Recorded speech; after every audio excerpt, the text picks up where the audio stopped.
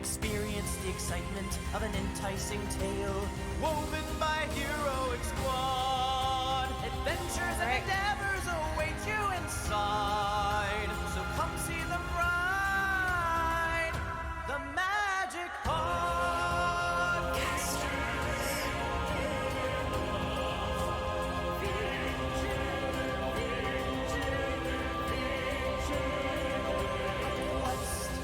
far from home, together they face the unknown.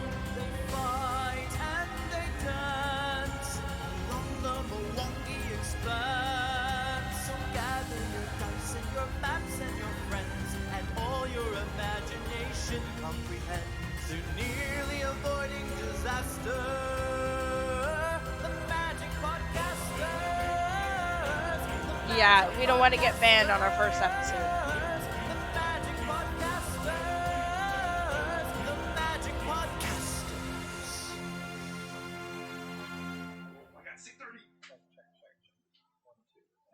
We've got... Experience the excitement of an enticing tale, woven by heroic squad. Adventures and endeavors await you inside, so come see them ride. The Magic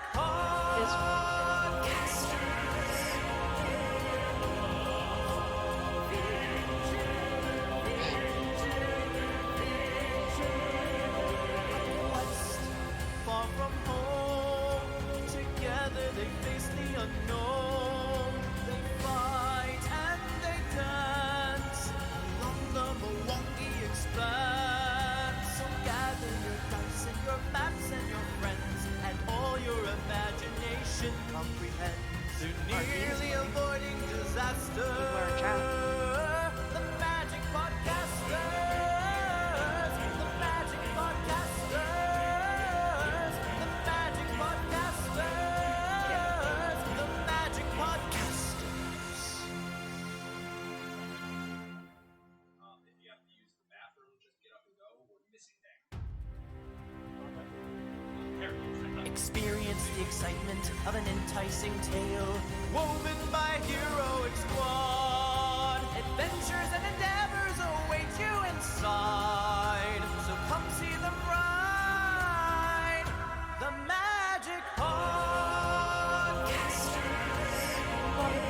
I have a Switch stream, so I want people to keep up.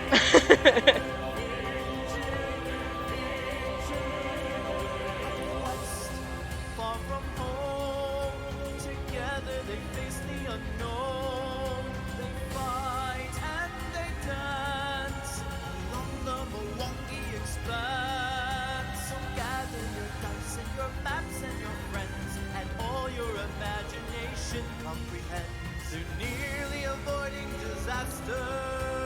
I just was able to look at the cans. Oh my god, I love it. Love this episode. The Magic Podcasters. The Magic Podcasters. The Magic Podcasters. She's a pretty good price. Yeah, I did. I did mine with her too. Experience the excitement of an enticing tale. Okay, we're gonna go live now, so I'm gonna click main and we're gonna pop up in 5, 4, 3, 2. Hello, everyone, and thank you for joining us. This is Magic Podcasters. We are a group of actors based in New York who have been playing Pathfinder for 4, maybe 5 years together. We're really excited to be doing this and bringing a game that we love playing and love doing character work for and bringing it to all of you. Before we start tonight, I do want to give a couple thank yous to the people that helped us along the way. The first one is at Space Cadets. You can find him on Instagram. He is an artist. He did our logo and our banner for our pages. He's fantastic. He has excellent surrealism, so please check him out. The next one is, if you guys were here early, you heard our fantastic intro. That was done by two of our very own, Andres and Mike, as well as Nico at Vaudeville Studios. Really amazing work. Thank you guys so much. I'm really excited to get this launched and started with everyone. I'm hyped. We are playing Pathfinder 2E. However, we are very laxed on the rules. We're doing this more for flow, roleplay, and as we go on, we will continue to integrate more and more rules so that we can become FISO partners. But the story, oh wow, the story we are telling begins on the planet of Golarion, on the continent of Garoon, in Golarion's youngest country. Just south of the Mwangi Expanse lives the nation of Vidrian, formerly colonized by the devil-worshipping Cheliax. Today, it is home to Mwangi people from all across the Expanse. Located in the center of the country and the Maniri Plains exists the town of Akama. 2 hours outside of Akama, there's a half-elf male and a human male walking through the plains of the tall grass with trees on the side. The male sprouts a very noticeable scar. And the half-elf walks with the sense of confidence, venturing, going to a new place. Daxorian Now, and Neziam, if you could just give quick character introductions. you first. Okay, my name is Daxorian Loneheart. I am a human champion. I have a very noticeable scar on the side of my head, the shape of a cross. I am a noble warrior who is looking to do good wherever he goes, and I may have some secrets of my past. All right. And I am Neziam Gabriosi. I am a 5'3" sorcerer. And the first thing one would notice about me is that I am dressed immaculately. I have a very, very specific color palette of royal purple, sort of like raven's feather purple. But most of that is just black on black. What can I say? I'm a goth. And I have a little bit of, what's it called? 8 o'clock shadow that that gives me a little bit of a, sort of like a salt and pepper of deliberate masculinity to my otherwise metrosexual appearance.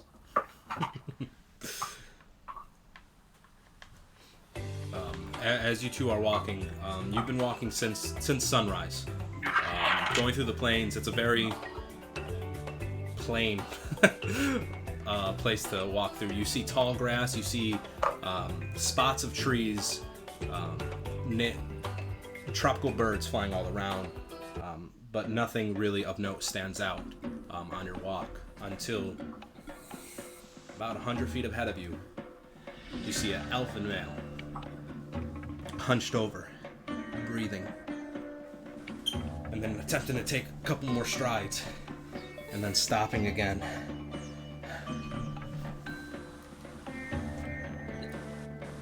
I look at Daxorian. I look Shall we back. see what he wants? Of course, he looks like he is in need of assistance. We should go help. I call out to him. Excuse me, do you speak Taldane? Huh? What? Do you speak Taldane? No. Who are you? Who's asking? I've tried. Over here. Yeah, Anthrel, you look behind you, about 50 feet, walking slowly up to you, you see this human and half-elf combo. Hello there. What brings you here? I've been trying to get to Akama, but Funny. all this Where are we? all this material I'm carrying, it's a bit heavy. Oh, well, we're going the same way. Would you like me to help you? Oh, that would be much appreciated. Thank you so much. Yes, I'll take something allow light. me. And I hand them my big dwarven shield. Do you need help with that? Yes, you carry this, and I'll carry something okay. lighter. Daxorian, while you're holding the shield, it is you're familiar with common metalwork, but this shield seems to be, in a strange way, thicker and almost lighter than what you would expect when you're holding something that just seems to be thick metal. The work on it is well done. It's intricate in its design, and it seems like it's mixing multiple components of forgery and something else you can't quite identify. This is a very Nice. impressive shield you have. Oh yes, it's not mine, but I did make repairs for it. Oh, I see. You know, when we go into Akama, don't admit that it's not yours. Oh, okay. Any particular reason why? Well, because I thought you stole it. Oh no, I would never. It Okay. could have been passed down to him by a family member or a friend. Possibly, but don't lead with that. Now, before we enter into Akama, I would like to preface something. I'm here on a diplomatic mission.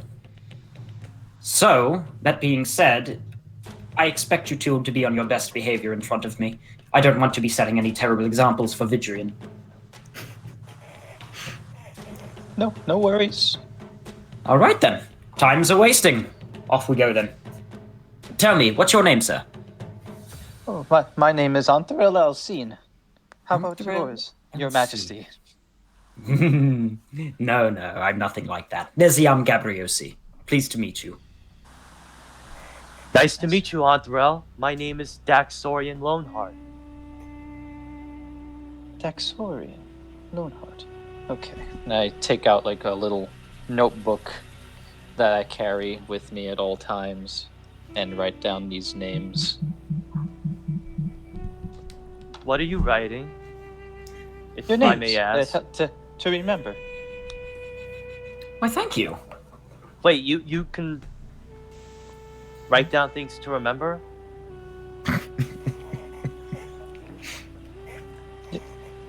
Yeah. Yes. Yes. That's. That's It's- actually a good idea. Yeah. Yes, wait till you see what books are, my friend. I'm going to go positively apeshit. So, onwards, while I explain books to you, my friend. So you guys continue walking for about an hour, and then you start seeing, instead of the colorful tropical birds that were inherent in your walk across Vidrian so far, you start seeing crows flying. Neziam, can you make a perception check for me? Absolutely. First roll of the night. Okay. 1 second. So that's a perception check. I got a natural 13 plus. Roll, please. Natural 13 on the 13th? Yeah. first Oh, roll? wow.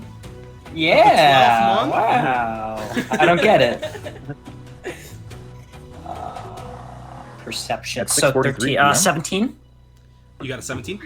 Okay, so Yes, sir. you hear a voice. Akama! 6 miles east! Akama! 6 miles east! And you look around a little bit, and you don't see any humanoid figures. You don't see any semi-humanoid figures. And then the crow comes back around in a big looping circle. Akama! 6 miles east! Akama! 6 miles east! Thank you. You heard the word. 6 miles. Oh, that's a bit of a trek. 6 miles is nothing. We'll be there by, well, nighttime. But like a lot of nighttime, I would assume. So you're slowing down and walking a mile an hour. Oh my. What? No, Let's take the less scenic route. you guys will get there perhaps in an hour, definitely next 2 or 3. Okay. But as the crow is flying away, you start seeing a light out of the corner of your eye. You look over and you start seeing a whole tapestry of lights in the center of the sky, about 15 feet. And then you see what appears to be an arcane circle opening up in the sky. And all of a sudden you hear a voice. And then you see a humanoid figure drop from the circle in the sky. And the arcane circle disappears in the sky. Can I roll Arcana to see what the fuck that was? Yeah, go ahead. Right. To perceive fuck. What's all 14? this then? You're aware that it is an arcane practice. Yeah. Nice. What school, what level, what spell necessarily you couldn't make out from where you are. Right now you see the humanoid figure, apparently a woman about your height, standing up in the tall grass, and you just kind of see her eyes.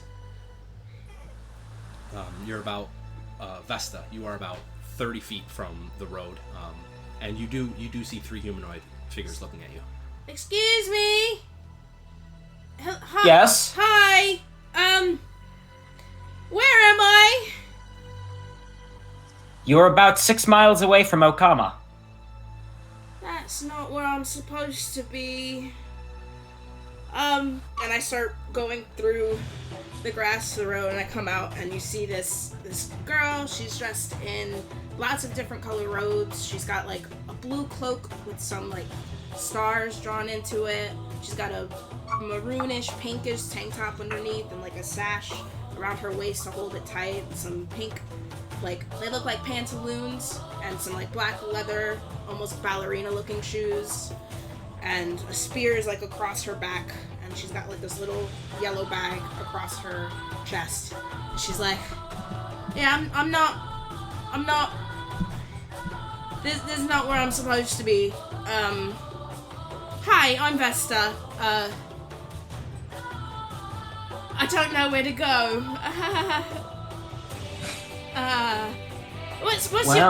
What's your name? There's 3 people. 3. Are there more of you? Is there more of you? Is there more people here? Make a perception check. Ooh, perception. I don't remember what my number is for that. That's also a natural 13. Plus 4. Wow. That's a 17. 17. Yeah. You look around. You see a humanoid figure maybe 200 feet back from them. You look the other way, you see another humanoid figure farther away. These are the only 3 in your immediate area. Oh, right. Yeah. Hi. I was just... yes. Hi. You're raising your hand. That's very polite. That's really nice. Hi. What's your name? My name is Hans Thoril. That's a nice name. I like that. And where did you come from? Right, yeah, so I was like hanging, I was talking with my professor, and then he was just chatting to me. He was like, "You've got to go somewhere." He said, "You really got to go, you've got to find this other professor." I can't really remember his name. I've got to look at my book, because I think I wrote it down one time. But he said, start drawing all this stuff, and I was like, "But I don't know, I'm supposed to go. What if it's like really scary, you know? Like, I didn't know. I'm lucky you're here. I don't know if you are even nice, because like, what if you're not nice? This could be a big issue. This could be a problem. This is a safety hazard. He put me in this situation, he just sent me. I don't even know where I am." And then it was really bright, and then I fell, and it really hurt. But like, you guys are here and you haven't done anything so far, so I think it's going really well. I'm Vesta, by the way. I think I said that already, but you know, hi. I am Neziam Gabriosi. What professor do you serve? A lot of them. It's a big school. So you're a student? Yeah, it's really big. But this one, his name's good. Robin. He's really nice. He's a lizard person. He's really cool. He doesn't say much. I see. Well, I don't quite know where you're supposed to be going, but we're going to Akama. I can diplomatic come. Can I mission. come? Can I come? Is that cool? Maybe I can find my way Absolutely. where I've got to go if I go there, because that sounds like a cool place. I've never been there before. Come on. Well, considering in the last, I would say, 5 or so hours, the winds of coincidence have kicked up 2 new faces. This is quite an interesting turn of events. It just happens Please. like that sometimes, doesn't it? I suppose things do indeed come in battalions. Right. So which way do we go? Straight. Wait, you! I didn't get your name. What's your name? Oh, I'm sorry. I'm Daxorian Loneheart. It's nice to meet you, Vesta. Oh, nice to meet you. Oh, this is cool. We're friends now. Let's go. I don't know where I'm going. Someone else needs to lead the way. Follow me. Oh, and be on your best behavior, please. All right, so you guys continue walking, and as you go on, this takes nearly 2 hours, and the tall grass you saw slowly get shorter and shorter, and you started seeing paths in between the tall grass, more and more, cutting, going different directions as you near the town itself. However, in the town of Akama, before you enter, Svai, we're going to you. Yeah, we're going to you. Can you make a strength check, please? Absolutely. Just straight strength? Yep. Okay. 19. 19. All right. So standing on the outside of Akama, where the construction district is, it's a whole bunch of homes that are in various steps in the construction of either longhouses or vernacular homes. But you are standing with 2 individuals who are chopping at a tree.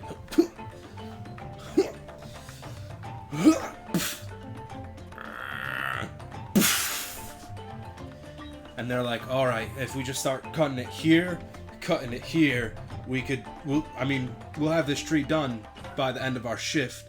And you walk up and start walking the tree that was cut down. Let us not waste time. Right. We're gonna have to cut it anyways, but you're right. And you walk at about 100 feet, 200 feet. Drop it right outside. A humanoid figure on the road looks at you.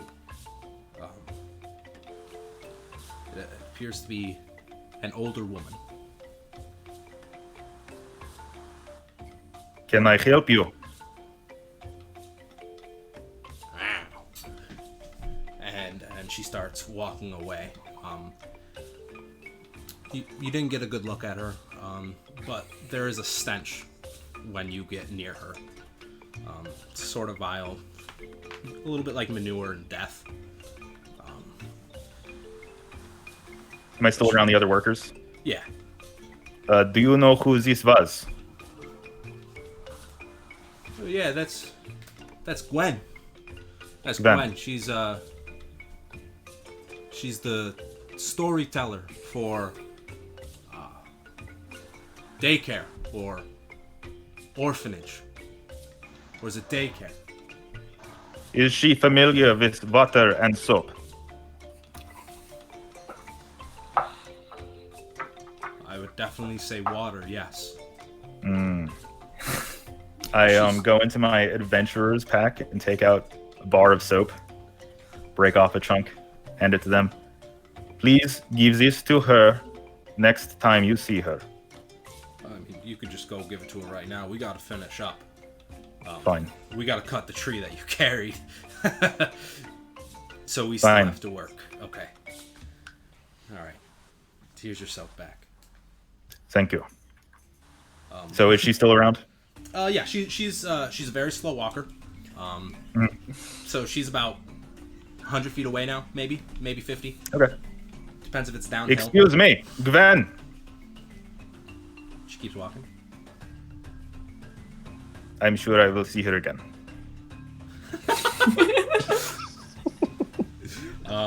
And as you turn around, Watching her like, yeah. And as you turn around, you see a familiar face. You see Yukemi. Yukemi is a half-elf with long, dark brown hair braided down back behind the shoulder blades. He does have a scar down the left side of his neck and cheek. He is garbed in a layer of robes that combine colors with bright yellow, mauve, and purple. He's has a full leather satchel. It seems like papers and various items are almost falling out of it. And he says, Svi, Yes. I saw the tree. Yes. Never surprises me how strong you are. Get used to it. Can we talk in private for a second? Lead the way. All right. Please follow me. And instead of taking you to the town square where his home is, where you visited prior, he walks on the outskirts of town, opposite of the construction and the workers that you saw. And actually, as you're walking away, you hear the two workers that you're with, like, so he's just done? That's it for him? By the gods. Yukemi walks in silence for 20, 30 seconds, making sure you're at a safe enough distance, and he says, I wanted to update you about something that we talked about. The man. Are there new arrivals? No. But we have a festival coming up soon. It's celebrating the independence. And I want nothing more than to get rid of that stain on our city. So, there are no new arrivals now, but stay here another week. I'm sending word to Anthusis, and they're gonna send a group of adventurers, maybe. People more suitable than the unfortunate people that went with you last time.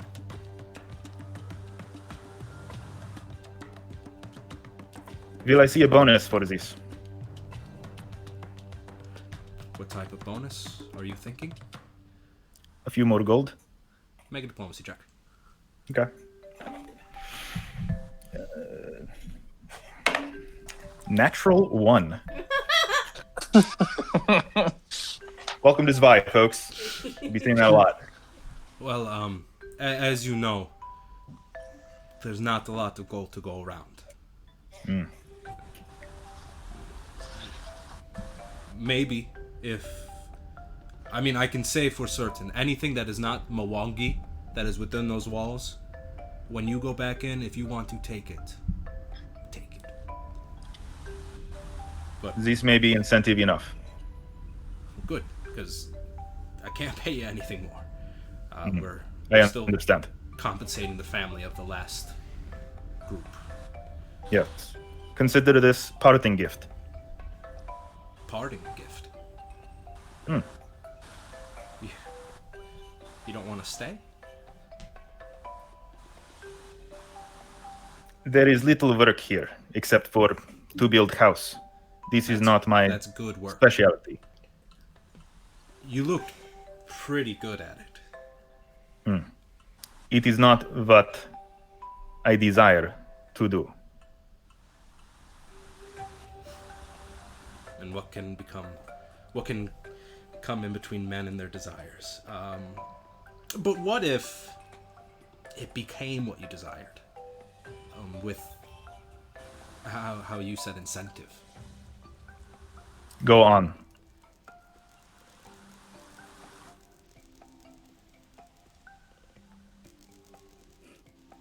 We can talk But more about incentive. it. I don't know yet. It's just, having you around it's nice, Children I walk am by you not- and then they turn around and you're becoming sort of a notable character in these parts. I am not unfond of you either. Well, I appreciate that. And there is something, and you see a sharp change in his look. He takes his hand up.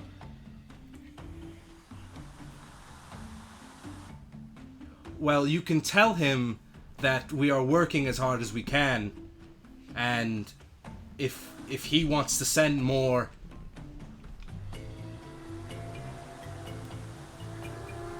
Sorry about that. But we will talk more. I have to go. Please give me details, and I will be happy to talk. Well, just make sure you're at the town square tonight. I will be there. Good. And he walks away, and then you see him start like skip walking a little bit to speed up, and then he goes into the roads of the city, and you're no longer able to see him. Now that you finish your work, you start heading back to the place that you've been sleeping, the place that you've been staying lately.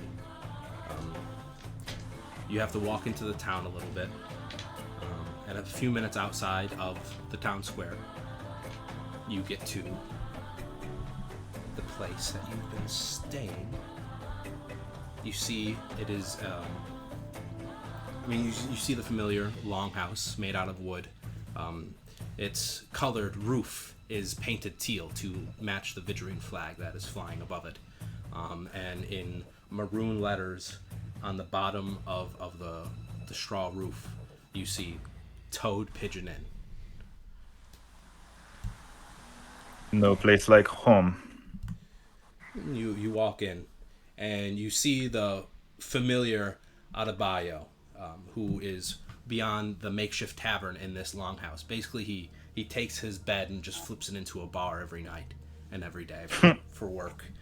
And he's turning around, about to pour some ale. And he turns around to a humanoid figure, a female, sitting at the bar. I'm sorry, miss.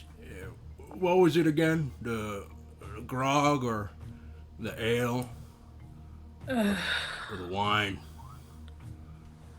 But let's just go with the mead. Well, we got grog, we got ale, and we got wine. Fine, just give me ale. Well, it's the best wine. It's not mead. All right. And he turns around and he pops open the barrel. And, Sly! Hey! Hello. How was work today? Boring, as usual. Boring's a good life. When life's exciting, bad things happen. Here you go, miss. That'll be a copper.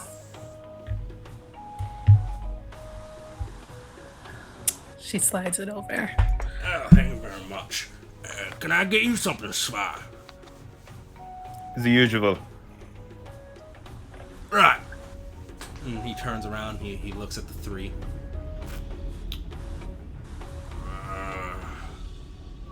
I'm sorry, Spy. There's a lot of customers with usual orders. I will have the grog. Right, okay. Thank you. The bar itself spans about 5-7 feet. So as you come in and you take your seat, you're a few feet away from this new humanoid figure that you see here. I'm sort of like eyeing her with a little suspicion because she's a new face. And she sees you, and then she looks at you like... And she says, "Can I help you?" Are you a rival from Ansusis? She turns back to her drink. This is a no.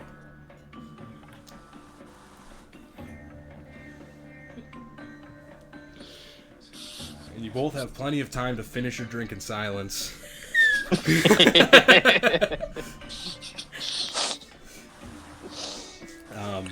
I'm not drunk enough for this. I can get you another one. She looks at the bartender, rolls her eyes, brings the mug to her mouth, downs it in about 3 seconds, and hands it back to you, along with another copper. All right. Yeah, and he looks at the 3 barrels. I'm sorry. What was it again? The ale. Hey, all right. There you go. That'd be a copper. I just handed you. I thought that was a tip. You don't tip. You just paying for the drinks. You know, I tip at the end. See how All the right. service is. Okay. Yeah. Okay. Good luck with that. Thanks. And she takes the mug and she doesn't down it this time, but she does start, drinking it. Anybody want food? What is special tonight? No special tonight. And he walks into the middle of the longhouse and goes out kind of the back door. What do we got tonight? Okay. Ham. I will have ham. This is why this is literally my last choice when I come around here. Ham? Ham it is. I'm good, thanks. We got grilled fruit. Grilled vegetables, too. I'll take some grilled fruit, thanks. All right. Goes back to the door, pulls open the little drape. Yeah, we need the fruit and what do you want again, Spy? I will have ham. The ham. He wants the ham. Yeah. Yeah, just bring them in when you're done. Thank you. All right, that'd be copper each. Very well. She slides it over. Oh, And thanks. I did the same. I'll take You another aren't one from of around these. here, are you? I know Spy, he's new, but you're new too. I haven't been here in a while. You've been here before. Wow. Why'd you leave? It's so nice. Boring. It's How's Spy? it's a mystery. Gotta love Yeah. the hospitality, right? Yeah. I love it. She takes another sip of her drink. I don't know. Maybe you'll see me again here in the future. You got really elegant eyes. I haven't seen something like that before. She raises an eyebrow and she says, "Thank you." You're welcome. Now, you know what She- he has that's really special? Big fucking sword. I Biggest noticed. sword I've ever seen. She looks over at Spy. She's like, "So he's seen your sword, hmm?" Oh yeah, bear. Oh, It wow. is hard to miss. Yeah, Huh. big. Big. Like, I don't know. pretty wide. I'm not a forger or nothing, but it got a lot of girth to it. Okay, yeah, I see. In a place like this, and she gestures to the like openness of the building they're in. She's like, I could see how you get a good view of that at all times. No privacy. Yeah. Yeah, But yeah. no, his sword's not here. Oh.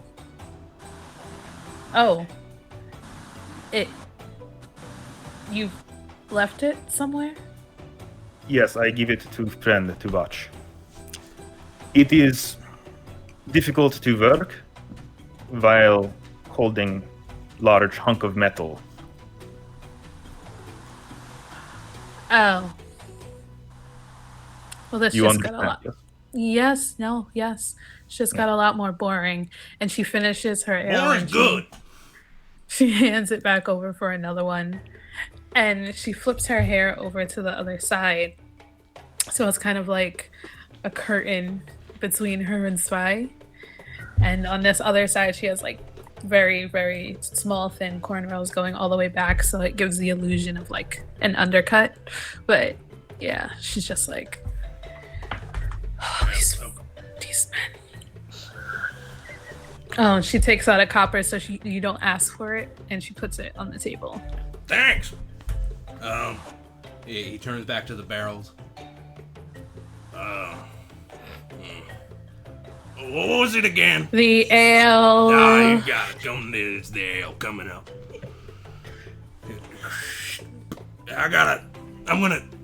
Your food's ready. Thanks. A moment goes by, you hear the muffled voice. You do really good. Yeah. No, you're getting better. Yeah, absolutely. Okay. Yeah, no, there's customers. I got it. All right. And he comes back and he's carrying two, what appear to be like brass plates. They're small, just bigger than like your average size hand. One of them's just got 3 slices of ham on it, with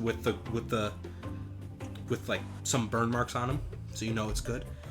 And then the other plate is a brass plate with you see pineapple slices cut up, and it's got some of the blackened spots on that as well.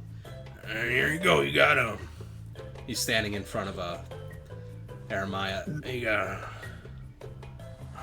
The ham was mine. right. There's your pineapple. There's your ham. Thank you. Then that would be for me. Okay. Grabs the ham and says, "Here you go, Svi. I guess you got pineapple." She doesn't even say anything. She just Thank you. She puts her hand open like for the pineapple and slides the ham over. I do the same exchange. You will have to excuse him. He is salt of earth. There's a little moment where you guys' hands touch each other. She starts Ew, laughing. cooties. Svi slowly starts melting from it. She starts laughing at his joke, and that's when their hand touched. And she like looks up at his face and then takes her plate back in front of her and downs another ale. And she says to the bartender, "Where's your restroom? What? Where's your out how the facilities?" You gotta poop? Right. Well, No. you just gotta go out back. And Grimjug, he's gonna point you the right direction. Okay. Right now, I'm not sure what way it is to go. Right. I don't get out much. You don't get out to use the facilities much. Okay. Oh, This- no. are you- Oh, But it used to be. there's, if you go, Zvi, is it? Yes. Where? What is where- your name? Oh. And she like stops herself for a moment and she thinks about it and she's trying to figure out what name. If you do not want to tell me your name, this is fine. You No, may call it's- me Zvi. It's fine. You can call me. You can call me Maya. Maya. Good name.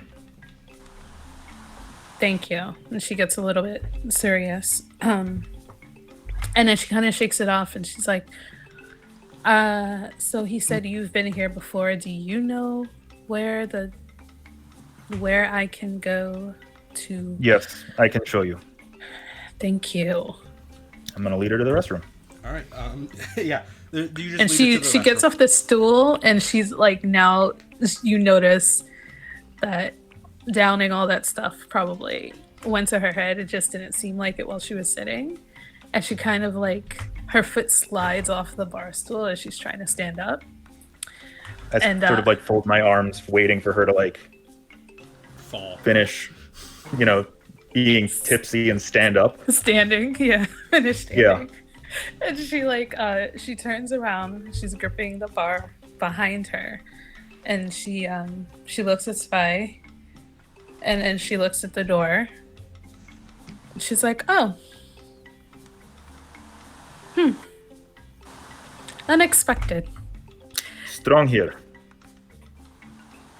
Thanks.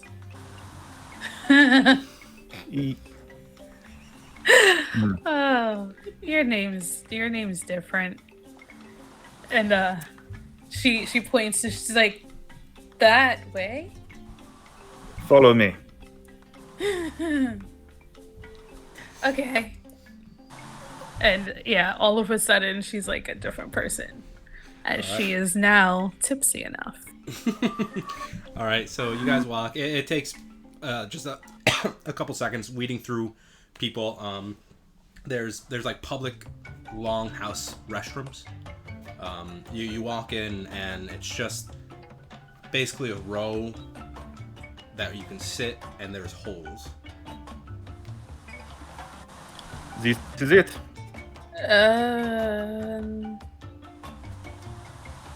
There. I will turn around. Oh, what a gentleman. And she undoes her pants, and she's trying to maneuver, because how clean is it kept?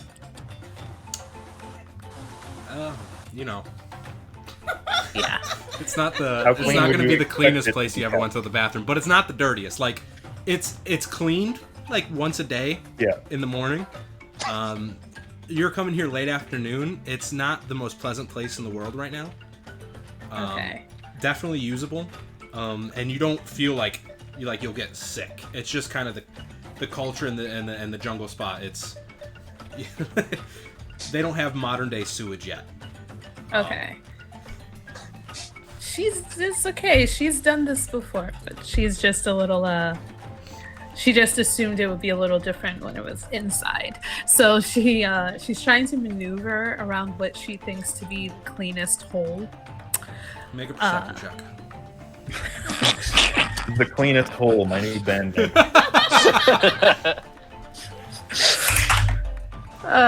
12 plus 6, 18. All right, you're able to find actually it almost looks unused for the day. Ooh. So she goes in. She's very happy. She doesn't get a lot of luxuries like the practically unused rest hole very often on her travels. So she does her business, and she has a little pouch and stuff, and she's like fumbling at the pouch to get some things to clean, and she ends up Got banana leaves that are just perched around the restroom. And also a Glade plugin.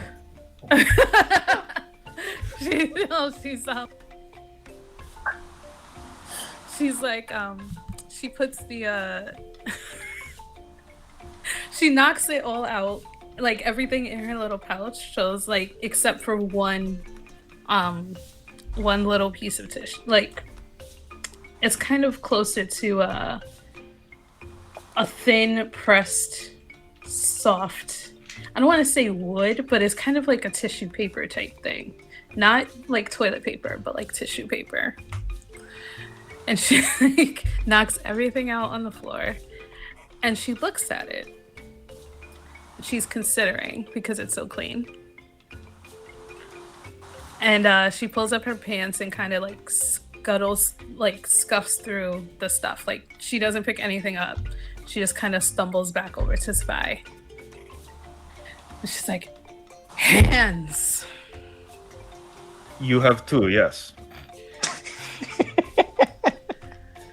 Where do I clean the hands? Please hold on 1 minute. And I take out the soap that I broke off earlier from my adventurer's pack, and I hand it to her. If you need water, I have some in Butterskin. Oh, please. Right outside the restroom is a little like basically a little holding bit for water, so you can pour some out. Do the quick clean, dip them in. Quick Little clean, basin? dip them in. Sure. Yeah. It's been a while. And she's like, with her tiny little thing, she's getting like lather, and she's like so happy, and she's so drunk, and she's like luxuriating right now in her little suds, as if it were like a full bath. And she like washes her hands and shakes them off. You're nice. What brings you to Akama? And she like kind of not sobers up, but her eyes narrow a little, and she travels Travels where? to the forward places, not the back ones. You are running from something. I don't. What? Not. Why? What? No. No. No. I'm Fine. It going seems to you the are- forward. It seems you are keeping secrets. I will not pry. You're so nice. Hmm. And she looks almost like she's about to cry. And then she looks up and she like throws her arms around Sai like in a hug. You're so nice. I will take you to a room. Okay.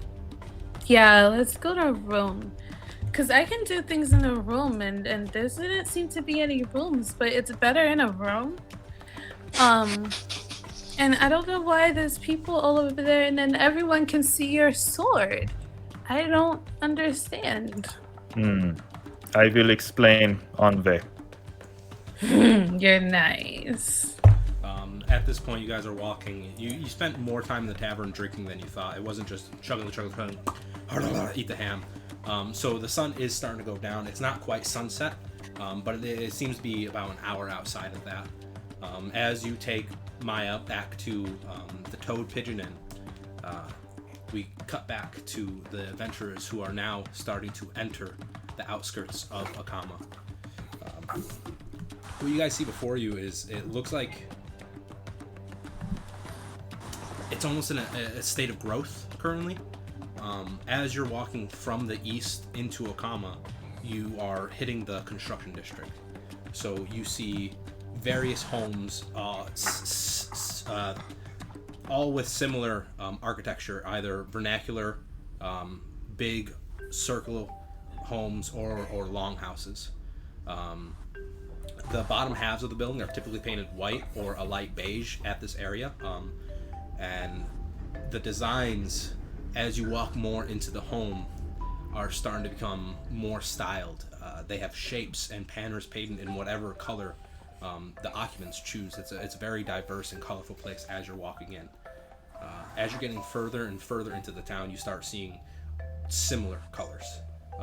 The yellow, the blue.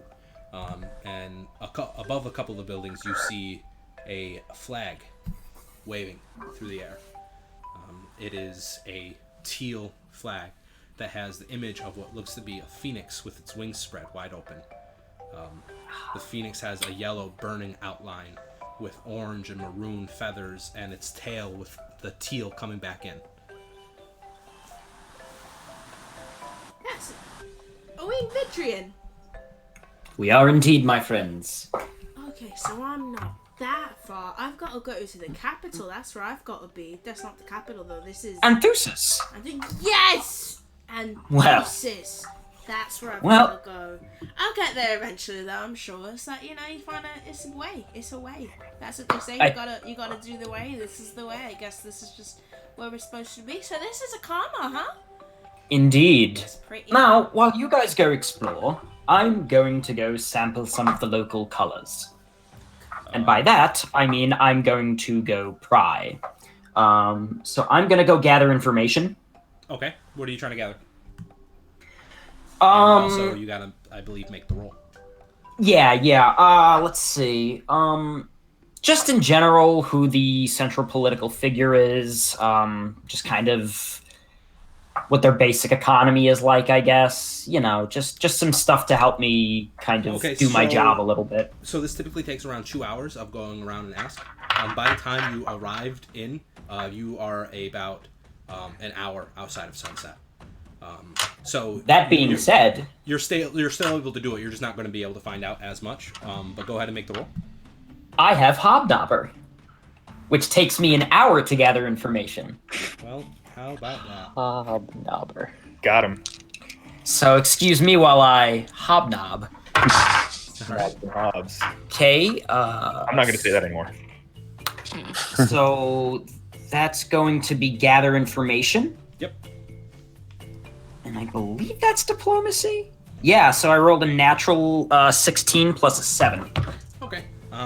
So as you're working through, you barely have to separate from the group. People, as you were walking in, all make eye contact with you. It seems strange at first, but then after everyone doing it, they just kind of look at you and do a warm smile. If you ask a question, they answer. Right now, the main political figure, Akama's leader, if you would, is he goes by the name of Ukemi. Ukemi? Yeah. Oh, Ukemi. Yeah, Ukemi. He's a humanoid. You can find him usually in the town square. He lives at the town square in one of the longhouses. Okay.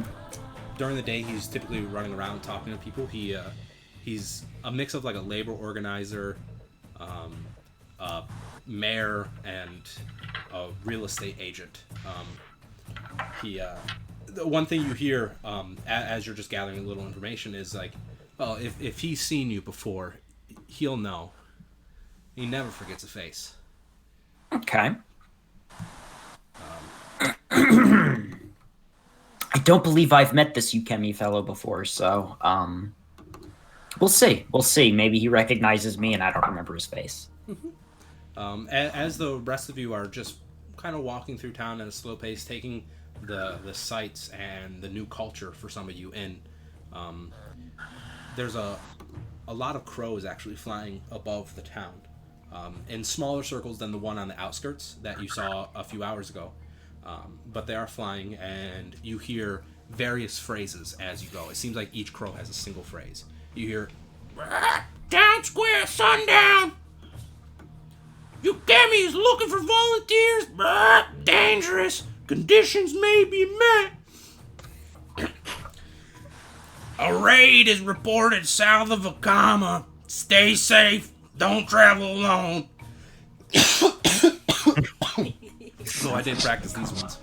That crow's been smoking. Raid south of Akama? Yeah. That was one of the things you heard. Okay. Doesn't sound very safe. It doesn't at all. These people are in constant danger. That's not good. Maybe we should go to this meeting and see if they need any help. I mean, I don't know if I can personally do much, but you know, there's 4 of us here, and then who knows who else will go, and you may be able to meet that guy everyone's talking about. This Ukemi fellow, yes. Yeah. While you guys are having a small conversation, you see what appears to be a frantic half-orc. He seems to be going person to person, asking a question, getting little to no response, and then turning away and asking another one. And then his eyes lock with you, Vesta, and he walks forward. Mazrak, you want to introduce yourself? Hello. Hi. They're frightened when they see me at first. I mean, you no harm. No, it's fine. I'm not. Hi, I'm Vesta. What's your name? Did you say it? I don't know. I couldn't hear for a second. My name is Mazrak. Miss Vesta, how are you? I'm good. How are you? This is my first day here, so if you're gonna ask for directions, I can't really help with that. I don't really know where I'm going myself, but you know, I could try to help with anything else that you might need. Not really looking for directions. More like I'm looking for someone. Is it me? No, it is not you. Miss Vesta. I am looking for a half-elf female. Quite tall, 7 foot. Auburn hair.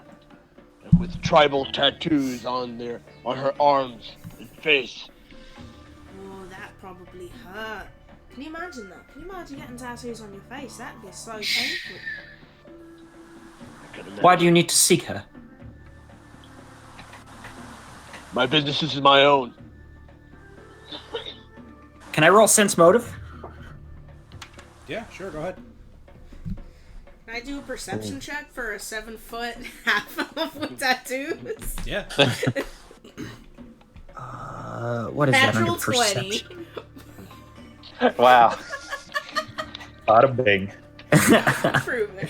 Natural 20. Hold on, Gino. Yeah. So, while you were walking about an hour outside of Akama, this is so frustrating. Well, there goes the campaign. When the tall grass was starting to fade, you do remember seeing the auburn hair. You thought maybe it might be an animal, a coat of some kind. South of Akama? Or just when East, I was east? when you were walking in, when all those paths were starting to come up in the tall grass, you did see what seemed to be the auburn hair, but then it cut into the tall grass and you weren't able to follow it anymore. Actually, I think I saw you said auburn hair because I saw something. It was really tall grass, and I still saw like a bit of auburn on the top sticking out. So that Auburn it might have been wiry her. hair.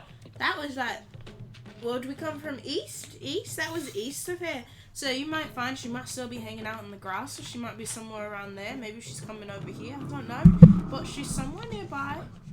That's Thank you. crazy. Wow. If that's true, Mazrock runs off to check. Oh. Okay. Well, it's night out, so you won't be able to find anything. So you think that might be best to wait till tomorrow. Yeah, maybe there's like a meeting going on tonight. Maybe you should like stay here, and then when it's bright again, you can go. Maybe she won't go far because if there's a meeting, they might maybe know something about her. I don't know. There's just some birds talking about a meeting or something. So I'm gonna go to that. I'm assuming they're coming around. These are my new friends. As you guys are talking, Did you say birds? Yeah, they're. They've been talking for the last hour. Yeah. Why are they talking? That's a question I want to know. I'm going to ask you, Kemi, about that. Talking birds. Yeah. Well, Yes. I'll need a place to stay. Do you know of any? No, but not. Well, as you're walking, you see a half. Oh gosh, I want to make sure I'm not doing the wrong person. You see a human with piercings on his face. He comes up. I got a place for you. This is so great. They've got everything here. Yeah. Yeah. Boring. You know, sometimes that's really good. Yeah. Yeah. I like you. He gets it. He gets it. Why do you have bruises on your face, sir?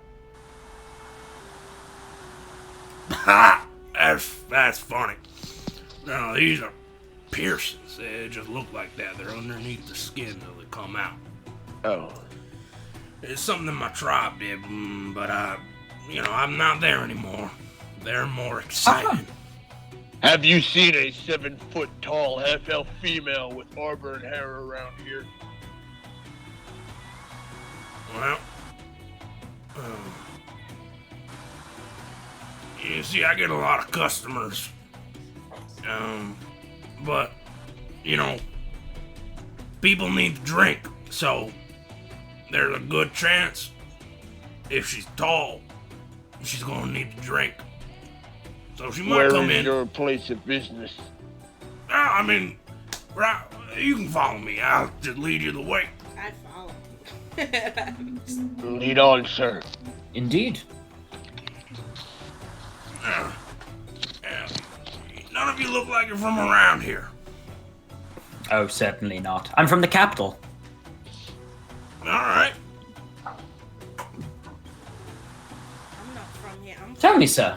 I'm from way up north. Not that far north, but it's kind of far north. I came a bit far. The Bandu Hills? No, I don't think so. Not there. Oh. It's Nightfall Station. You ever heard of it? No. Yeah, no, that's fine. It's kind of small, but that's okay. You ever hear of Akama before you were here? No. Me neither. Well, that's crazy. Yeah. Oh. Well, what about you? You got a... He kind of motions to you, Daxilorn. You got a... are you okay? Yes, I'm fine, sir. Thank you.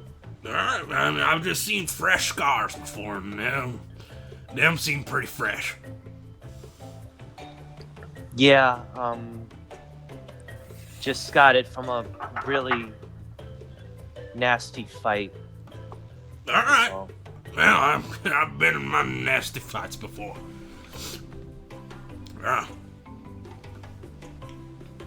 Well, y'all a nice bunch. Anyways, this is right around the corner here.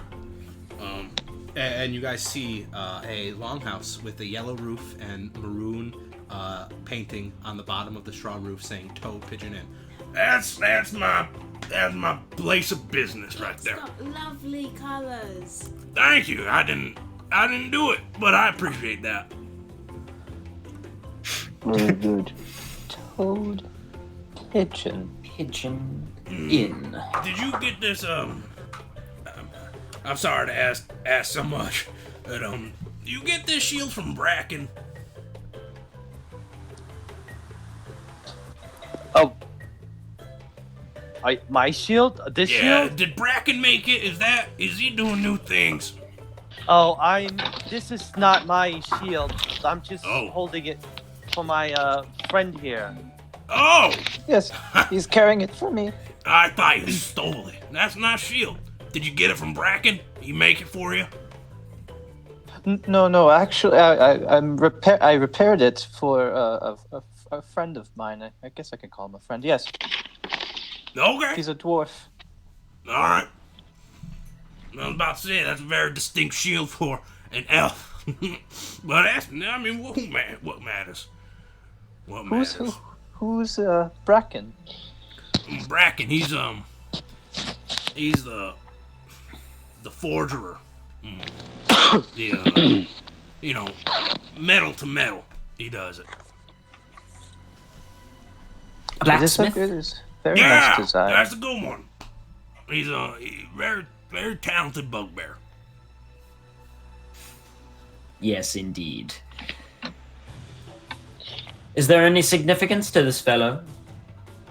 Well, he's the what'd you say again?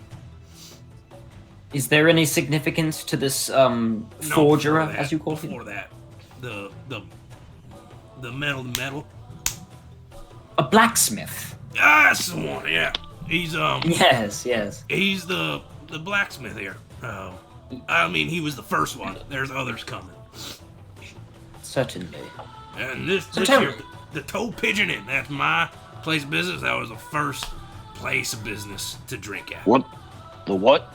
The Toad Pigeon Inn. Toad pigeon? Is that toad like ribbit or toad like a foot? Like toad like a ribbit. Oh. I love toads and frogs. So I thought it was nice. That is nice. And originally, my tribe is from near the water, so I saw a lot of pigeons. Is it pigeons? Might be. There's a lot of birds by the water. There's so many There's birds. so many birds. They like to travel. Yeah. This is your establishment? Yeah, this is my place of business. Thank you for bringing me here. Yeah, Rocky well, just hey, walked there's another person that sleeps here. Sva! These are new people sleeping here tonight. Oh, you don't have to announce our presence like that, sir. Hi, Thank I'm you, though. Vesta. Oh, These are my friends. Hello.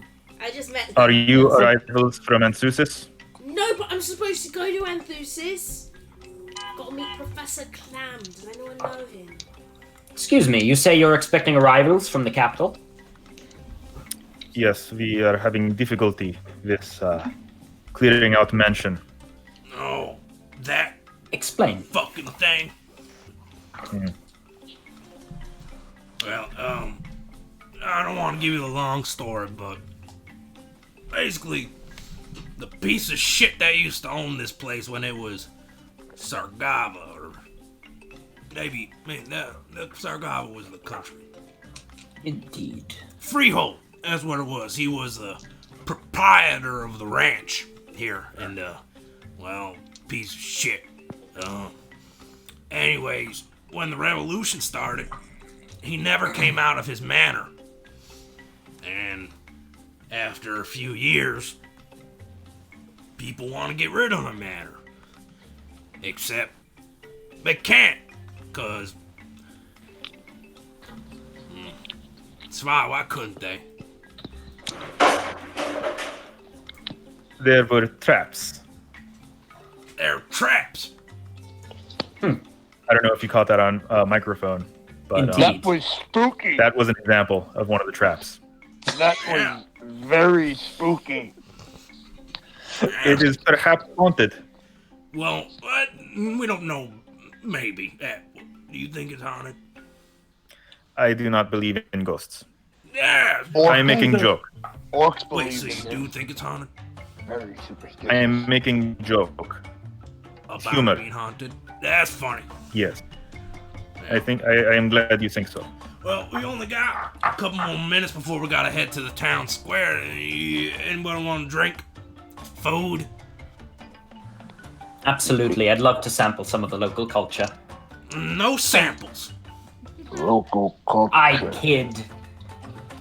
Besides, I'm here on a diplomatic mission, sir. So you should don't treat want us to well. drink? I'll have a Of course beer. I do. Well, we got ale, grog, and wine. I'll have some wine. Grog. May I have some water, please? Me too. Water. Water. Water. Do you have apple juice? We got apple ale. Never had that before. It's just like apple juice, except, well, it's not a lot like apple juice. Yeah, you're gonna have to drink like 2 or 3 of them to get the effect of the apple juice. But apple juice doesn't give you any effects. It makes me all bubbly. Apple juice? No, but Yeah. it gives you nutrition. I might just drink water because I didn't get to really drink much back. Oh my god! Wow, I was in a completely different place this morning. Everyone, isn't that crazy? I was Then in you the should same have place. some grog too. Grog's good for you. It's got water in it. Does it? Yeah. Okay, I'll have a grog. All right. Yeah. And some wine, please. And he goes and he looks at the barrels. He takes out like 8 cups, and he turns around and he's like, all right. He grabs one of the cups. What was it again? Grog. Grog. Okay. And he goes through this process with all of you. But you do all get the drinks you want. And you're not all able to sit at the bar. Some of you do have to kind of stand slightly behind. And if you go to walk away with the drink, he's like, Well, no drinks out there. This is my space. You gotta respect be- other people's space. Where is Aramaya right now? I thought you were with Spy. Okay, he said he was taking me to like lie down. Yeah, I was gonna or... lie her down because she was Yeah, so a little you get to too lie drunk. down in the Toad Pigeon Inn. Yeah. Okay, so I'm lying down on like your cot or whatever. Yeah. Okay. Just like chill until you sober up a little bit because that was Yeah. too much. Just met you 30 seconds ago. Yeah, you guys can see everything. Oh, guys, someone's sleeping. We've got to make sure that we're quiet. It's just I mean, Oh my god, who's sleeping? that's you. didn't want to interrupt you. I'm sorry. I hope I didn't wake you up because you look like you might have been a little bit tired, and I didn't want to interrupt your rest. That would have been really rude. This is my first time having grog, and it tastes a little bit bitter. It is just whiskey It and does Oh. that. Cheers. Cheers. And Arma is like pointing at the ceiling and tracing random things on the ceiling. She's playing chess. Hey. Be Good careful. reference. The drinks are strong here. So am I. Good. Vesta, if that was your first time drinking grog and you were expecting water, this is a little bit like a fucking nightmare. It's not water. I look Got down at water in it. Mozrock looks down at Vesta and he's like, "Good, ain't it?" It's definitely something. And he like clinks the glass like nice and hard. Clink and like bloop, like shoots up out of the glass. My water tastes pretty normal grog. to me. And then like I ask for another one. More grog. Arma is like, That's a Like- copper from each of you, and there's a second copper from you. Absolutely. All right. You you guys go. get your refills. About a half hour passed, and the light has started to. The natural light that kind of breaks through is all but gone. You see Bracken, or not Bracken, Adebayo go over and light up candles and lanterns within. Make sure you don't push them over. I won't. Everybody, This has been issue before. yeah, don't touch them. The barrels. No, The candles. don't Fire. touch them either. Okay, I won't. The candles. Absolutely. We'll be very careful, sir.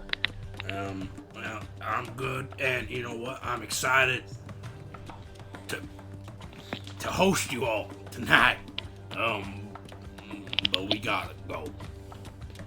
Oh, to the Yes, meeting. absolutely. The meeting. Yeah, Yeah. meeting. The bird were Yeah. talking about it. Okay. So you guys exit, and as you exit, you actually see everybody walking in the same direction. Gee, I wonder where to go. You get struck by lightning, you son of a bitch. No, but you guys can follow the path if you'd like, or you can choose to go the opposite direction. It's up to y'all. I'm going to eat Go him. to follow Let's the go to path. the Yeah. Arma is still lying down, right? Hey, Do you want? hey, She's like. Maya, Mm. Maya, What? town meeting. Gotta go. I don't belong to your stupid town. What? I don't belong to your stupid town. Okay, but there's a lot of good news. And you get to see the Crow Show. Where's Spy? The Crow Show. Yeah, the Crow Show. All the crows spread throughout. Where'd you come from? I do Ah. like black I birds. came from Alkenstar. I'll be right back. I gotta run to the restroom. Of course. Well, It- when you got near Akama, you started seeing crows, right? Yes. Yes. They were talking. Yeah, they're Ukemi's crows. Who? That's the guy. Ukemi. Indeed. Was he the one to make them talk? Maybe. Who is he? Ukemi's. the town leader. Excuse I. He appears to be the de facto leader of the town. Smart fella. Good. I'd like to meet him, actually. You're about to. Well, this is great. Well, it actually looks like we're ahead of a lot of people. We might get a good spot. We might be in the square itself. That's nice. What's happening? Well, town meeting. We get updates from Ukemi himself every night about the going-ons of Akama. He likes to keep us updated, but a lot of people just like to go for the crow show. How far is the town square from the front of the tavern? A couple minutes walk. Distance-wise, it's it's not too far. A couple 100 feet. A couple 100 feet? Like, would she be able to hear it if she leaned against the door frame of this place? Oh, no. Okay. Okay, so she is going to, I guess, stumble along, hanging on to Spy, mostly looking at the ground because it's become very interesting. Actually, as you're looking at the ground, for the first time, everyone realizes they're on just dirt paths, dirt roads. It seems like the paths are actually just made from the steadiness of people walking through them. They're not very even roads, but in that sense, they're very sturdy and naturally made. You guys approach the town square, and at the town square, you see a group of dozens of people starting to form. And you also see 4 uniform colored buildings. One is a beautiful, like, yellow, and on the bottom of its roof in maroon letters, in common it has like a welcome center written on it. To the south is a house that is all turquoise. To the west there is a maroon, and Mazrock, this stands out to you, in common, painted in yellow, it says Hunter's Guild. And then on the west, or on the east, there's a longhouse painted peach orange. And on top of that, it's painted in yellow with little loves in polyglot and common. As you are walking, getting to your spots, Ukemi can be seen on a small platform stage, about 5 by 5. He's just standing there, smiling, looking at everyone come in, doing the nods, hellos. He makes eye contact with. If your eyes are up, he will try and make eye contact with you. You do see a couple people go up to him and have small conversations before they walk back. The loudest one that you guys hear is a human woman approaching. 1 second. A slight technical issue. What's going on? Sound. Headphones got disconnected, so it fucked up the sound stuff. Can you guys hear me? Oh. Yeah. Alright, our sound isn't. We are having technical issues on this end. We don't hear you guys at all. I think that's it. So we're gonna take a 10-minute break, and we will come right back and finish. And we're gonna come back and we're gonna finish this session.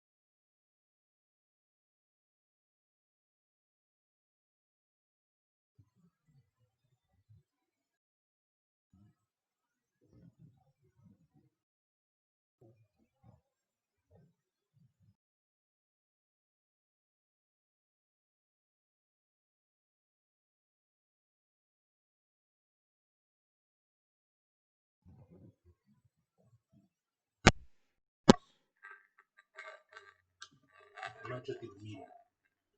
Okay. What? It might just be the meter. But why is the meeting doing?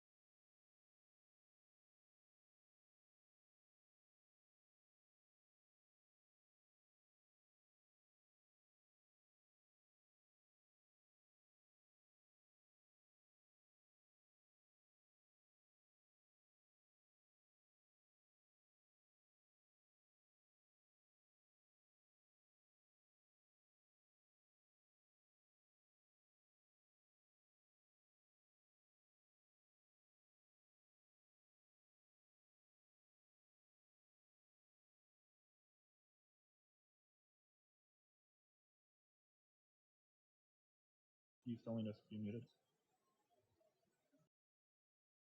Yes. Yeah.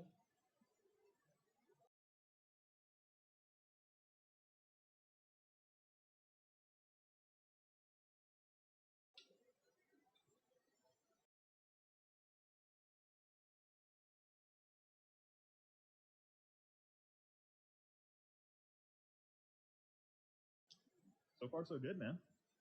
Yep. Oh, yeah. Oh, absolutely. I love getting to play this character. I forgot to give the details of what my character looks like. Me too, but we can do that. Yeah. Okay.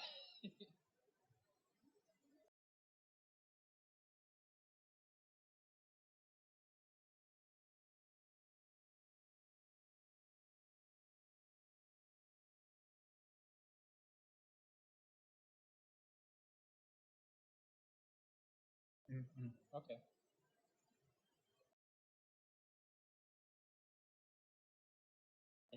Yeah.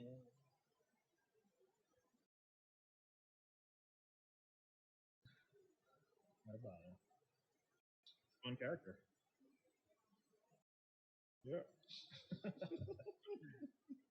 Is the audio issue okay? Yeah, Turns out you no, got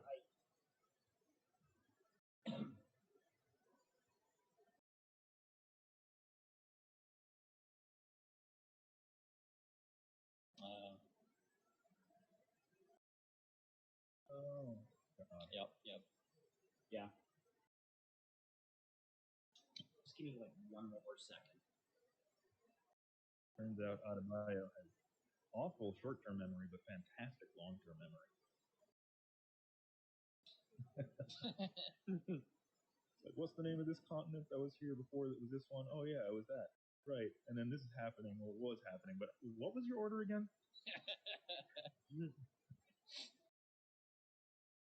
Love that.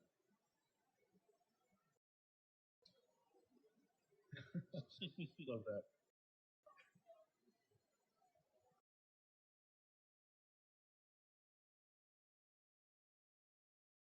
Oh.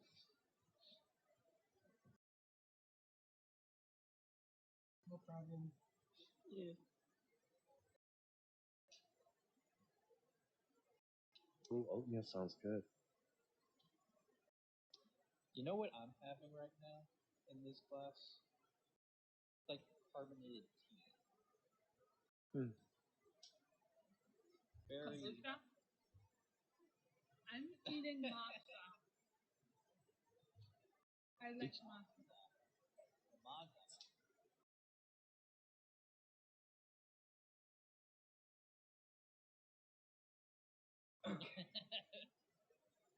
I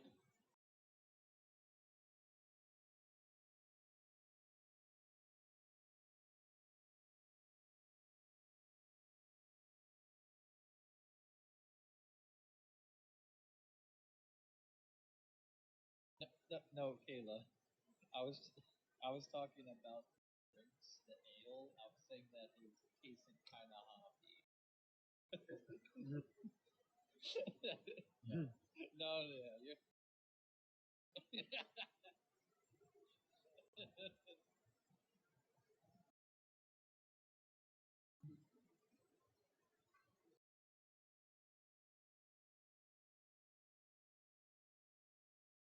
Yeah, he might be getting blasted. Yeah, it keeps switching around. You can't see that, right, Orion? Awesome. Josh, do you want me to stay on adventuring, or do you want a different playlist? Because I think we've been through that like 4 times. Oh my god, shut up, Paul. No, Gino, talk to me like that.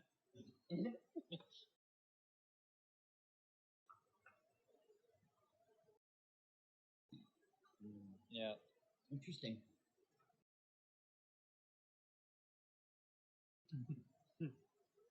Yeah, I haven't been on. Sure.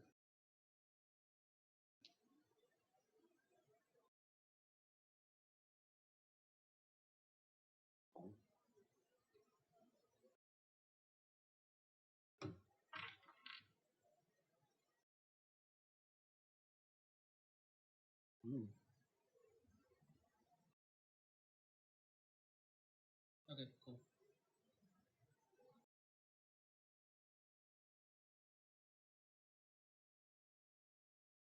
You know what I just I realized? have 6. I haven't been recording my fucking voice. Oh. I haven't been recording Audacity this entire time because I had to restart my computer. Coming to you. Right.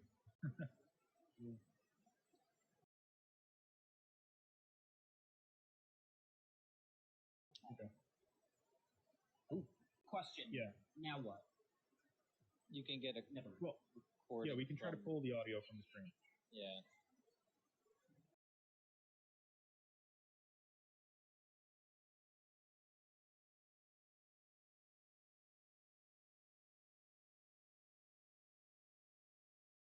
Fuck, I'm sorry.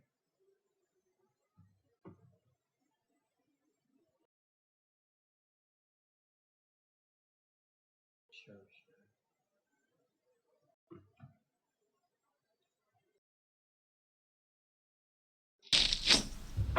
And we are back.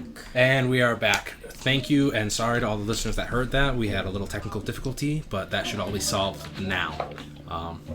As we were taking our break and having technical malfunctions, the party was just in the town square, which they saw Yukemi having several small conversations with people coming through the crowd, talk to him real quick and back. Through the crowd, talk to him and go back. Now, the loudest conversation that you heard was between him and a human woman. You only are able to hear the last part of it, Aramaya. You hear, "Please! He hasn't returned from the woods!" And Yukemi trying to kind of stifle and silence the conversation so we can move on. He's like, "I will do what I can. He is almost fully grown. He might be exploring. Be calm. Be calm. I will tell the town."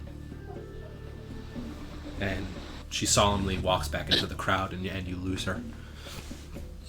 Aramaya's ears just perked up a little. She's still kind of drunk, but she's she's able to focus on things a little better now. So she did focus on that. She's business drunk.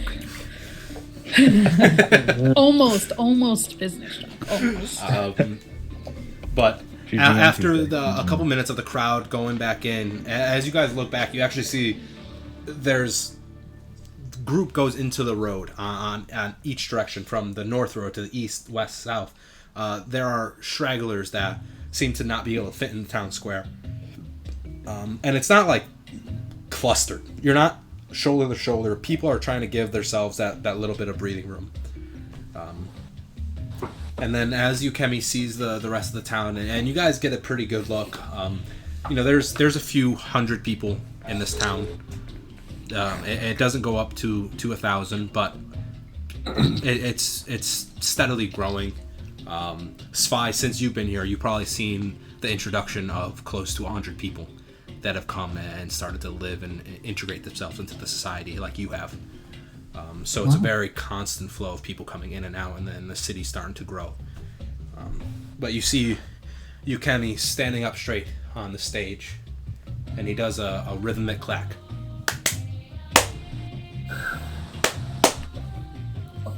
And at that moment, the crowd kind of goes quiet, and you hear the flocking.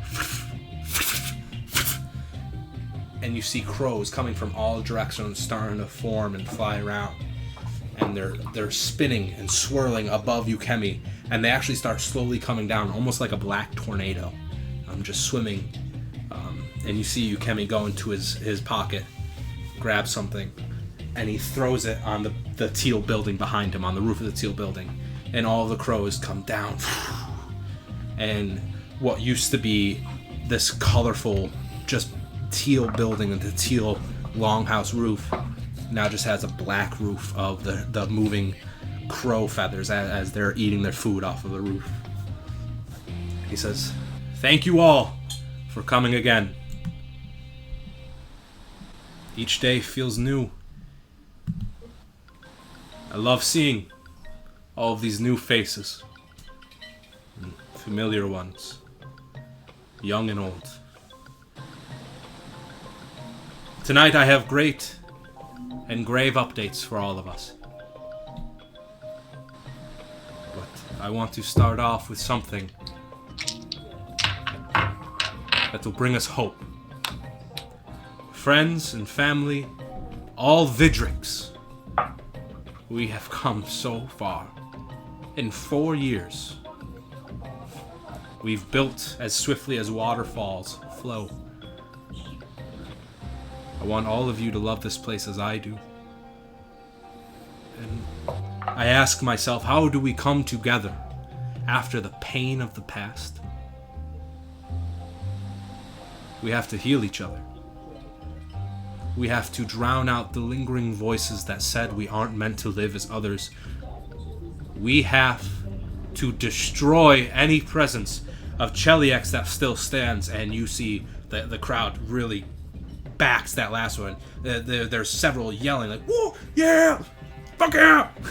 But also just the claps and the murmuring of the crowd starts to grow. And Neziam, you feel several eyes fall onto you. And there seems to be a quiet amongst the group. And then the murmurs continue again. Yukemi motions to your group, to you, Neziam. I do not talk about fellow Vidrix that separated themselves from the oppressors. Now, before the celebratory days, I am promising to all of you that the last remnant, that Corvolt Manor, will be dismantled, destroyed, and burned to the ground for all of us Vidrix. From those who fought for freedom to those who arrive now and those in the future looking for a home. Vidrian only stands because we stood together. And the crowd cheers, clapping. Neziam, the eyes that follow to you, they avoid your gaze if you try to look at them. And it does seem that it's more shame in their looks now than just a few moments ago. And he says, I pay them no mind. I'm focused on you, Kimmy. But I do feel their presence. Now, I'm just trying my best to not. Before the festival of our independence and the festival of the stars, we will have new land. Those memories will be scorched from our minds. And we can finally move forward without that gargoyle looking down upon us. Now, I have some unfortunate news to share with you as well. One of our young men has gone missing. His mother came up to me before and asked me to let the town know. Anybody that goes into the woods northeast of here, if you see any signs of Kuka, if you see any human footprints, any clothes, he was wearing a colorful shawl, green, red, and black. If you find any clues, if you see him, please help him and bring him home. Again, his name is Kaku. In other news, as you may have heard, there was a raid on merchants south of Akama. I've sent people to look into it. There's not much else. The last bit of news is we have a passing. Some of you may know, and he goes on for a couple minutes, almost doing like an obituary of several people that have come and passed, and in the past 24 hours, actually. And the fact that he gets up to 4 or 5 names seems strange to some of you in such a small town. And he says, I assure you, we are looking into everything. They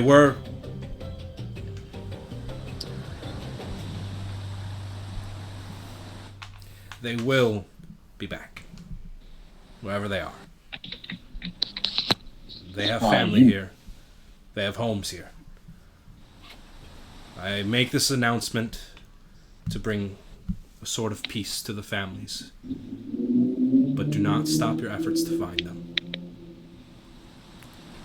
If anybody would like to speak to me about anything that I spoke of, please come to me. But for now, Arise. I must tend to the crows. And I hope all of you have a wonderful evening. And I hope to see every familiar face and new faces tomorrow. For Vidrian, we stand. For Vidrian we stand. Go Vidrian. Make a performance check, Neziam.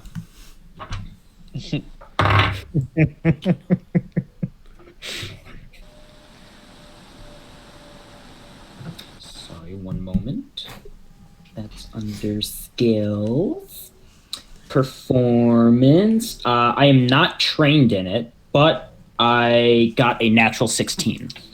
All right. So you do the little yell out. We stand for Vidrian. And then a couple is by you. A couple of voices by you. We stand for Vidrian. And then it kind of grows beyond the crowd. We stand for Vidrian. We stand for Vidrian. We stand for Vidrian. We stand for Vidrian. We stand for Vidrian. Blow up in my face. And the crowd slowly begins Donna to... Martin graduates. The crowd slowly begins to disperse. And everyone going the opposite directions. And all of you catch the eye of a large humanoid creature. You can make it out to be a bugbear. Carrying what looks to be a covered cage of some sort on his back, walking through the crowd. People are murmuring and dividing amongst them, and he sets the cage down. For Vidrian we stand. For Vidrian we stand. Yeah! I just go fucking nuts. I didn't think this... He lifts the veil off of the cage, and all of you see a velociraptor behind it, just gnawing like just chomping at the bar. For Vidrian we stand. For Vidrian we stand. And he opens the cage door, and the velociraptor leaps out. What? At this point, you see him stand up. For Vidrian we stand. And from underneath a thick open robe he was wearing, you see him pull out a mace. Vidrian we stand. And he begins walking towards you, Kemi. Just muttering those same words. Vidrian we stand. Does this velociraptor look like a threat? And does this bugbear, is that Bracken or is it some unknown bugbear? I need you guys to roll for initiative. What the hell?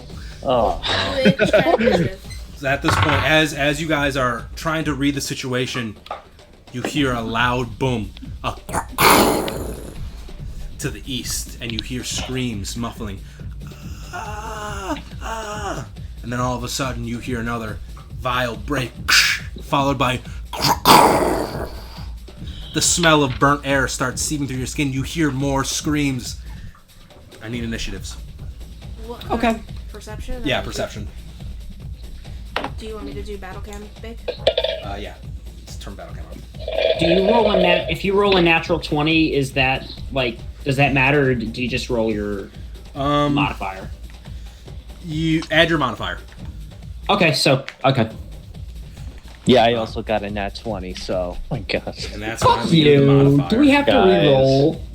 No. What are your modifiers? Okay. Mine is, I got a total of 24. Do you know, I also got 24. 24. All right, you guys can Rub choose it who in. goes first. Okay. I'm going to go down the line now. So Daxorian, you got 24. And same with Nezion. All right, so Svi. 14 plus 5, 19. 19. Vesta. 11. 11. Mazrak. Where is initiative on the character sheet again? It's your perception. perception. You do not have Oh, an initiative thing. it's just your perception. Yep. So then, 5 plus 8. 13. 13. Aramaya. 16. 16. Anthrel. I got 11 as well. All right, so between you and Vesta, you can choose who goes first. However, thanks to your guys' natural 20, you guys are going first. Between you and Daxorian and Nezion. Okay. It is difficult terrain right now because of the crowd. So you guys have half movement. Okay. Let me pull up the. So many character how- minis.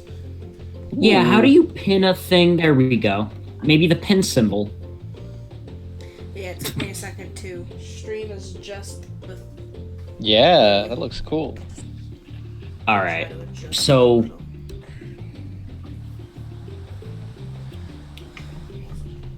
Oh, good. The water closet is there. Oh, do you wanna go first, Thorell? I don't know. I'm not sure. Ladies first. Oh, okay. So I guess Bess is going first. Okay. Daxorian, Nezion, who's going first? You guys are first in initiative. I vote Daxorian because he's the combat guy out of us. Okay. All right. Do you? Yeah, I mean, it's up to you. Do you want to Yeah. go? Yeah, I'll go first. Okay. So, Gonna kill this guy.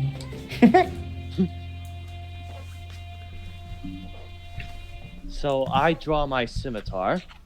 Okay. How far away am I from this guy? You are with double or with half. You're 10 feet away, roughly. Okay. Okay, so Shut up, Kayla. I'm going to get in front of him. And All right. So you use your first action to move in front of him. You want to cut him off from Ukemi? yes, I'm gonna cut him off. Okay. And for my second action, I want to do a diplomacy check. All right. Go ahead. What do you want to say? And in what language? What? So he was speaking common before, wasn't he? Yeah. All right, so I'm Barely. going to speak to him in common. Call it speaking in common. Sir, please, whatever your quarrel is with this man, I'm sure we can all just sit down and talk this over. Please put down your weapon and let's just talk this through. Please. What'd you roll? Okay. Ugh. 7. All right. His eyes don't come down to meet your eyes. But as you get closer, you see his body looks messed up. He's got patches of fur missing. It seems like his fur is also matted red in some parts. He doesn't look well. And his eyes don't come down to meet you. They're just glued on the Ukemi. We stand for Vidrian. We stand for Vidrian. His eyes are bloodshot and his face seems bruised. That's your second action.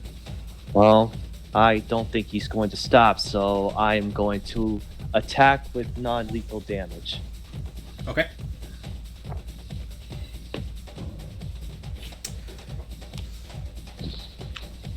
Wow, I really paid for that first nat 20. Okay. You always do. You always do. Okay, so...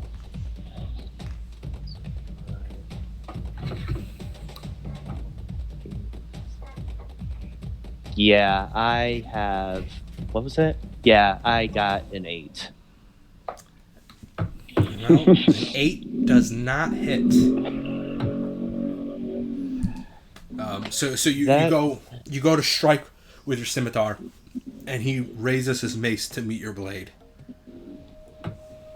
and you hit and you bounce off. You just shing. We stand for Vidrian. Nezion, it is your turn. Okay, so Daxorian is between Ukemi, right? Yeah. Where's the Velociraptor? Make a perception check. Actually, you guys. 18, 19, 20, 21, 22. All right, so it jumped out of the cage as soon as it was open, and it just it's running kind of through the crowd right now, but you are able out of the corner of your eye to see it. It seems to be right here. The direction that it's running, you're not sure of. It's like swerving through, and anybody that gets close enough, it's lashing out at and like stops. I can't. It's closing its jaws. It's biting. There we go. It's masticating at them. masticating. Okay, so I'm in a bit of a quandary here. All right, I'm going to spend an action to warn the group that the Velociraptor has escaped, and that I'm going to see if I can defend Yukemi. But in character, that would be, the Velociraptor's in the crowd! I'll defend Yukemi! Go for the Velociraptor! So you walk up to Yukemi? I'm gonna go next to Daxorian. Okay. Alright. Well, alright, maybe not next to Daxorian, maybe like by Yukemi. So exactly so, what Josh said. Okay. Yeah. So like not within swinging distance of the fucking thing. Okay. Am I within line of sight now? I'm sorry. Line of sight of what? The bugbear. Yeah. Oh yeah. You're 10 feet away from that bad boy. You all can see him. He's towering above normal human beings. All right. So that was an action I spend, and then the next action I cast is Mage Armor. Okay.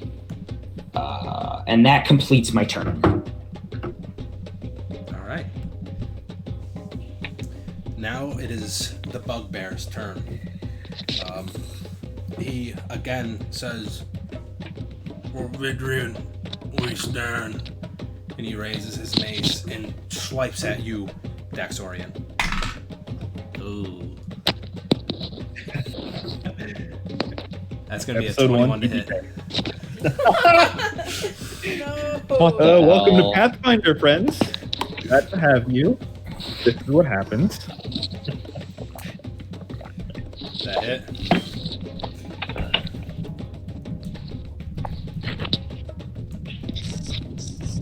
He had stepped away from his mic and headphones before.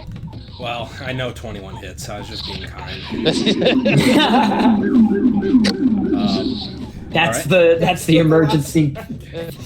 That's his god going, oh no. Alright, so he comes down on you with his mace, dealing 5 bludgeoning damage. Who does he hit? Daxorian, you. Okay. So after he hits you feel like a crack in your ribs. You raise the sword and there's so much force behind it. And then next he goes to shove you. Let me double check that is an athletics.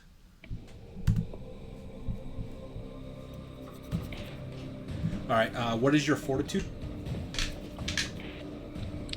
Mine? Yep. Okay. Alright, I should roll for it? No. What is your fortitude? Oh, it's 7. 7? Okay. So he is going to make an athletics against your fortitude DC to try and shove you. And he got a 10, and you got a 17, so that does not move you.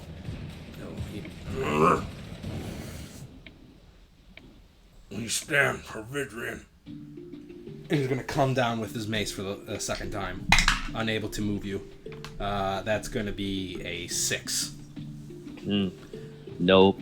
So this time, coming down with you successfully being able to hold off the push, you see the mace come down, and you just kind of go under his arm to avoid getting hit one more time.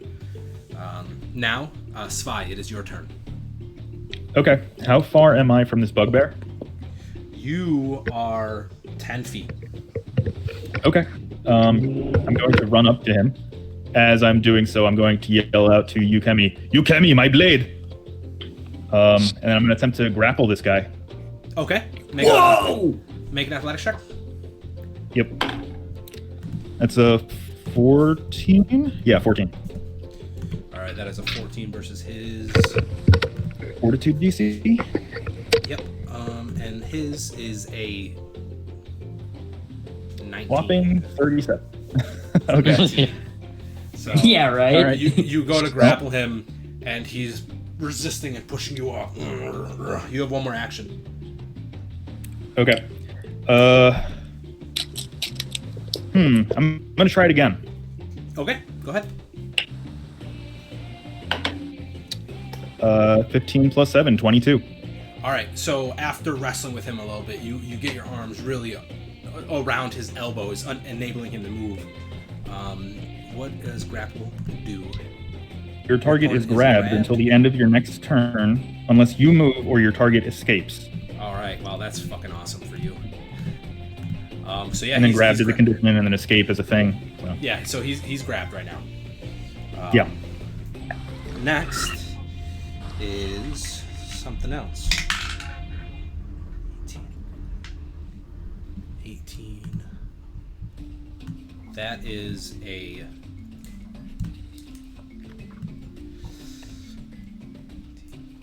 That's a 26 to hit you, Spy. A 26 to hit me? Yeah. Okay, well I have 18 AC, so that hits. I don't even know what it is that's hitting me, but That hits. something is coming in. So from behind, you feel a pierce just. And that will be.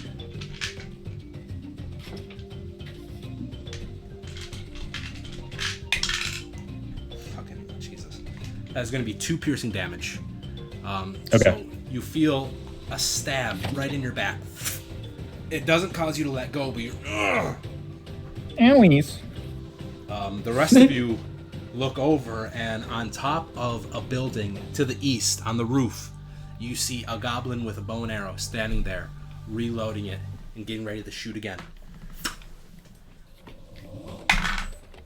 And that is going to be a 10, a 5 to hit Spy, so it just goes off. That is a critical fail, isn't It it? doesn't do anything.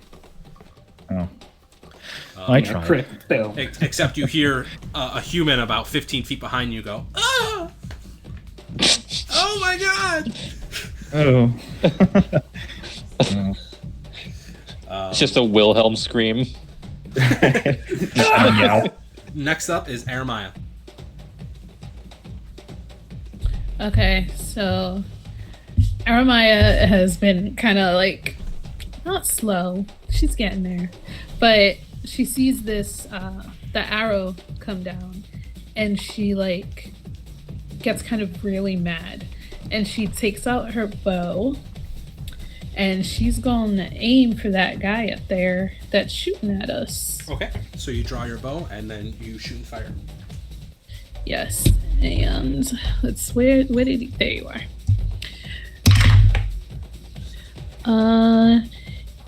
And that is 18 plus 4, 22. That's gonna hit. Yay! Roll for damage. And it's a 4. All right, so you shoot this arrow, and it's like just a perfect line. You see it arcing throughout the sky, and then you see it just sink into the skull. And the body tumbles and falls off the roof, leaving some bloody marks.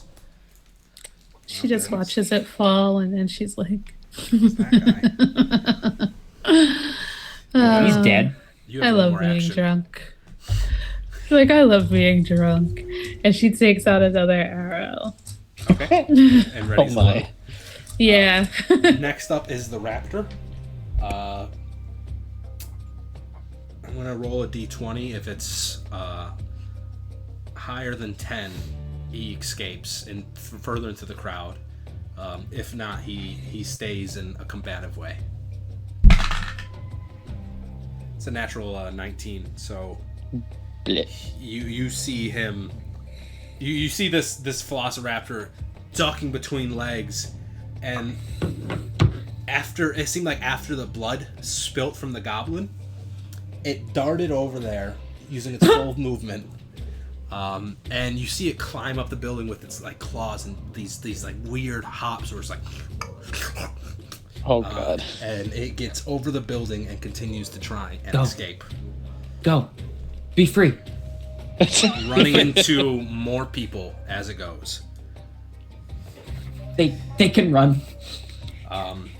At that point, Daxorian. Oh, that's not gonna hit you. While you're standing there facing the bugbear, you see something just cut across your eyesight, and you see an arrow, bling, sticking into the ground beside you.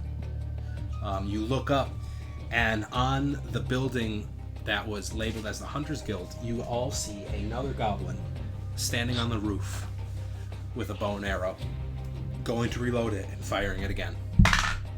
And that's a natural 1. So you see him go to reload, and his bow snaps, and it hits him in the face, and he's off balance, and he's like, what? Let me make a reflex save. Natural 20. So he does not fall to the ground, but he catches himself on the ceiling, and he fucking like break dances. yeah, he just starts cutting. Yeah. Doing some pull-up workouts. You know those fucking guys that do the walking air stairs. CrossFit, yeah. Sick grab, bro. But so he catches himself, and then he lets go to fall down while looking around for something or someone. You're not sure. Mazrak, it is your turn.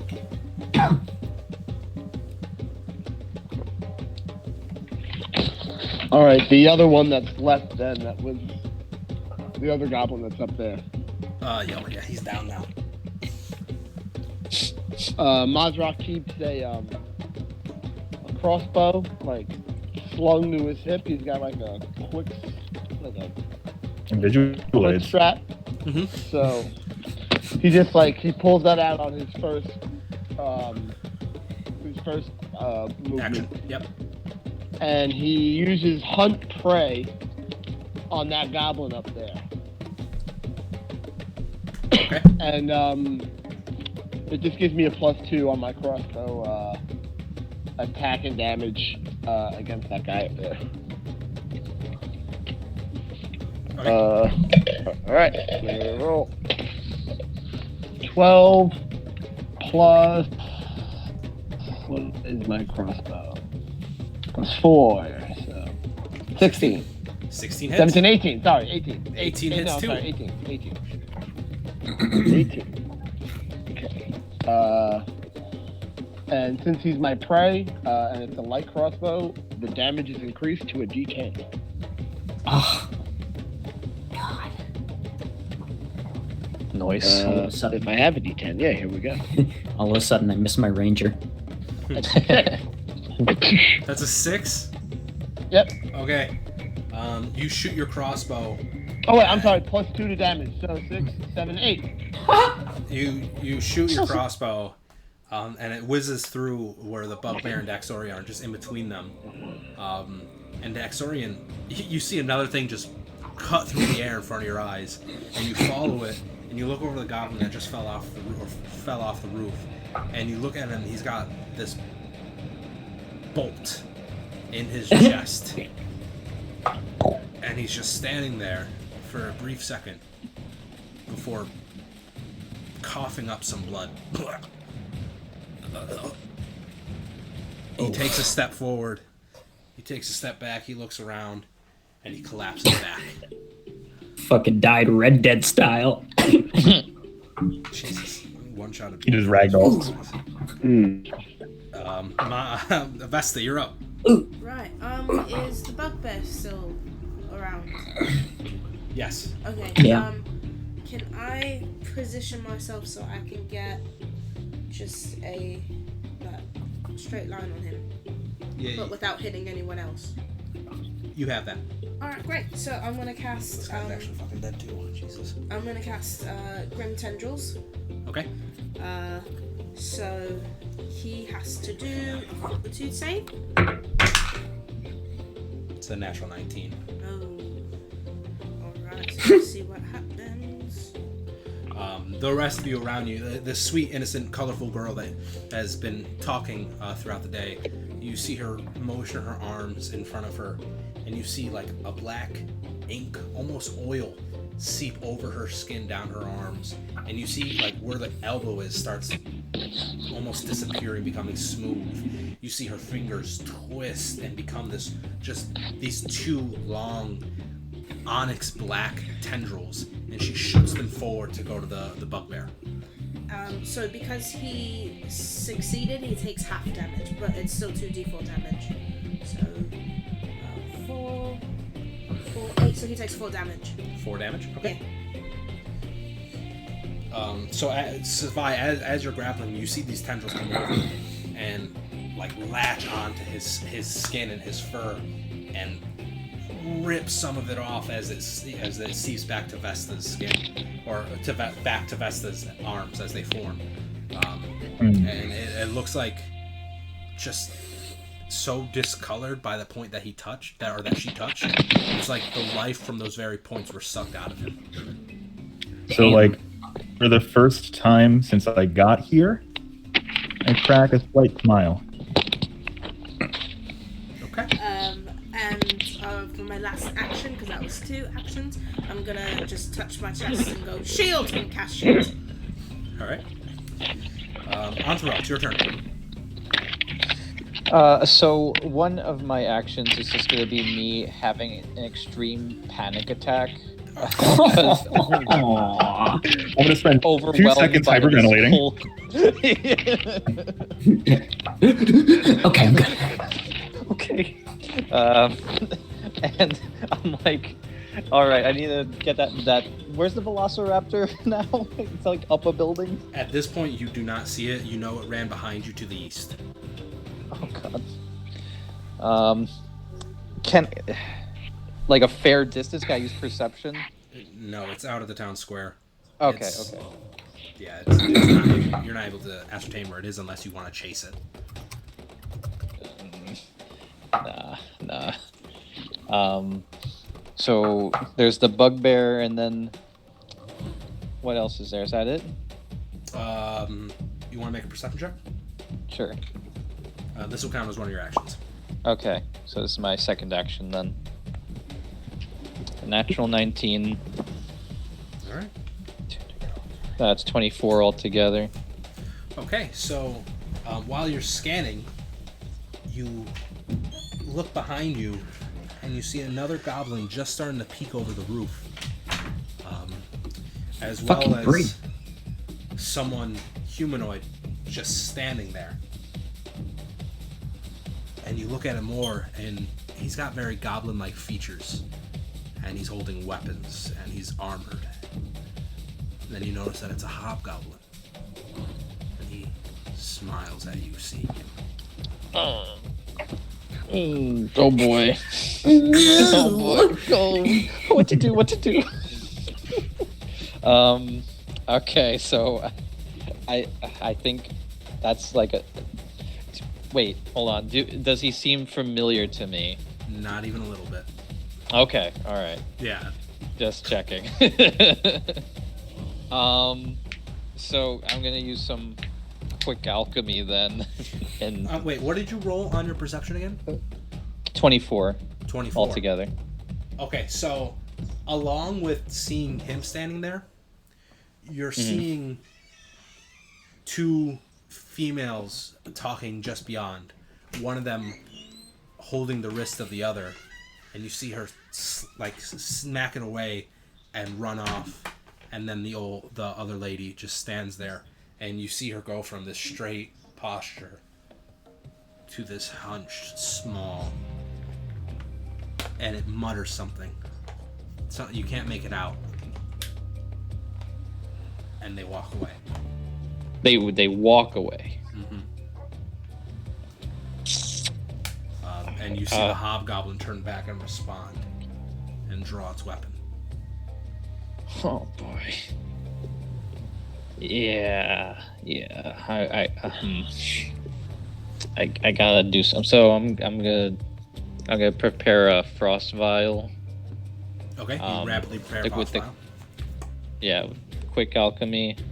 And remind me, do I get to throw it the same turn, or is that like it? You spent one action calming yourself, so I'll say you can just use that as a free action. That way you still have your action to throw your bomb, because it wasn't like you were trying to deter or shake off a magical effect or anything like Okay. All right. So get ready in hand. Give it a fling. Nat 1, fantastic. But that didn't even roll. That's just a bad roll because it was one of those rolls where it just kind of like skidded across the paper. Oh. That was just bad. Ooh, natural 1. Yeah. You drop it instead of throwing it. Great. It was like one of those like as. It's just one of those like, I'm gonna chuck the shit out of this.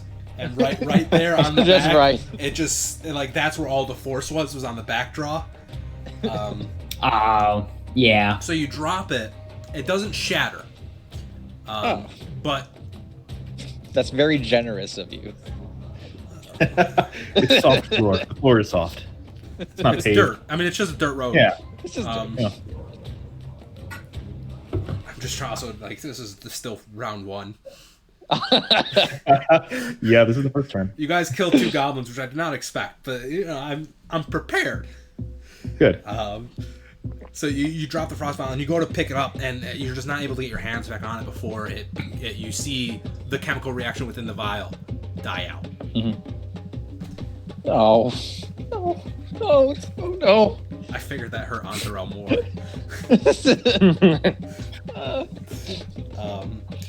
Last, you guys, Anthra, as you're searching, you look back up and you see the goblin on the roof with his ready bow, aiming at either Ukemi or Nezion as you've gotten quick, and he releases the arrow. That's going to be a 19 to hit, Gino. The Nezion. Okay. Yeah, that hit me like a motherfucker. With shield? My ace. Yes, my AC is 16. Okay. And a max. So what? The arrow flies through the sky, and you're standing there, and you shield yourself, looking at the bugbear, and then all of a sudden, you feel pierced through your shoulder, and you look down, and you see the tip of it through your chest. That'll be 5 piercing damage. Fucking hell. Okay. The goblin then drops his bow and goes into his pouch that it was on his leg. And you see him take out a vial. Anthra, make a recall knowledge. If you want to do a quick one.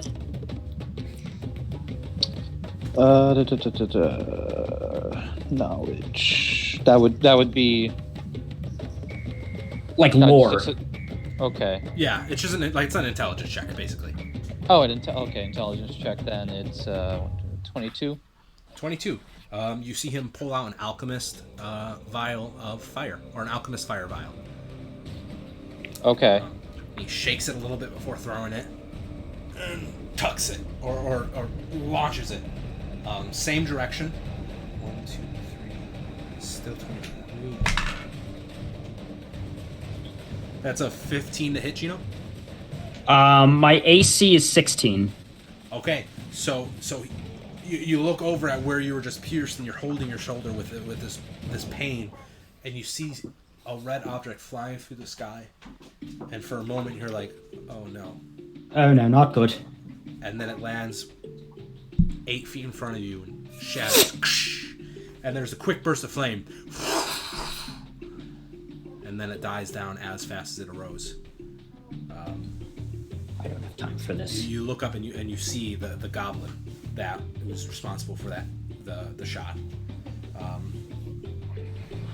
Last is the nuke hobgoblin.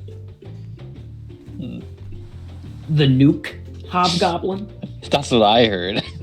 I cast explode. New hobgoblin. Sorry. You don't have to roll AC because you're dead.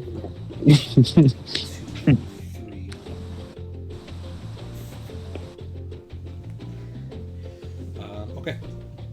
he's going to try to grapple you, Scott. Nezion. Me?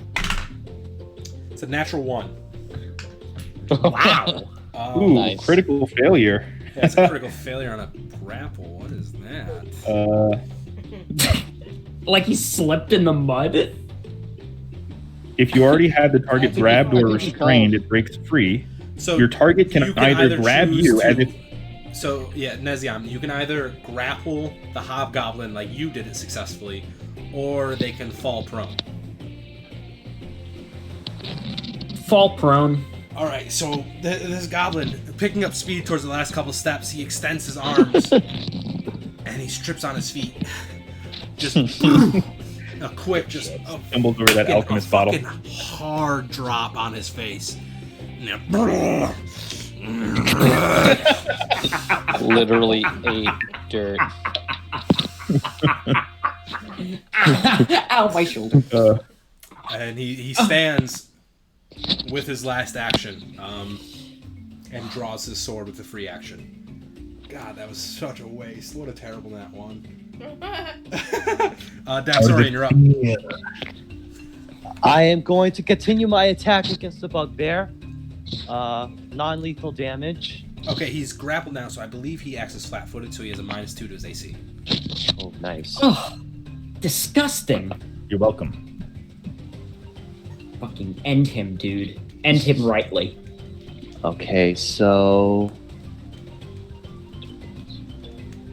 that is a 20, but not a nat 20. A 20 hits. All right. All All right. right. That's not bad. Gonna roll for damage. Won't judge you. Ooh, nice. Max damage. So that gives me a 9. Wow, okay. That's really good. Wait, how, Scimitar is 1d6? Yes. I believe because you are a champion, it goes up a dice, to 1d8. Ooh, okay. So I'll roll Well, the 1d8 damn. then. Wow, okay. I got max damage on that, so that's Yeah. yeah, that's 8 11. Okay. So you just on impulse, you almost want to you look at his throat as an option, and you're like, and you cut on the arm that he was using for his mace, cutting him, trying to weaken him and slow him down. You have 2 more actions. He's looking hurt. I'm going to continue my attack, non-lethal damage, of course. Okay, -5.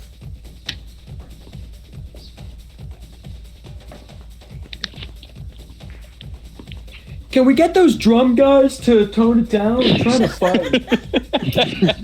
Neziam, you look behind you, and behind you, Kemi, the band is just like, no. The guys from Dune with the triangle drums. Just... Yeah, he's fucking killing it. It's actually a multi-armed human. It seems he has 6 arms, 2 to each drum. Disgusting. And Keep going at it, he's buddy. dominating. Yeah. So that's a 15. It's 15. That with the -2, fucking that hits. Yeah. Nice. Okay. Battle tactics. Tattlebactics.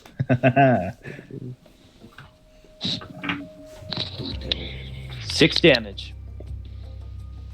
Okay. Is that all you got? That's what he sounds like. I was expecting a much... For victory and we stand. I'm kind of shocked by his voice. I expected it to be deeper. So I just go like, destroy your life. I'm gonna break you. Hear me, you little man. You got, So one, Andrew more, egg- you got one more So turn. Andrew egg your cheek? Yeah, I'm gonna also use that to attack non-lethal damage. All right, -10. Yeesh. Oh, Otherwise known man. as not possible to hit. So Toby Belch, how now? Unless So I Toby get that Belch. nat 20. Yeah, unless it's a nat 20. Yeah. All right. Actually, with a 19, you might still hit. So Toby Belch.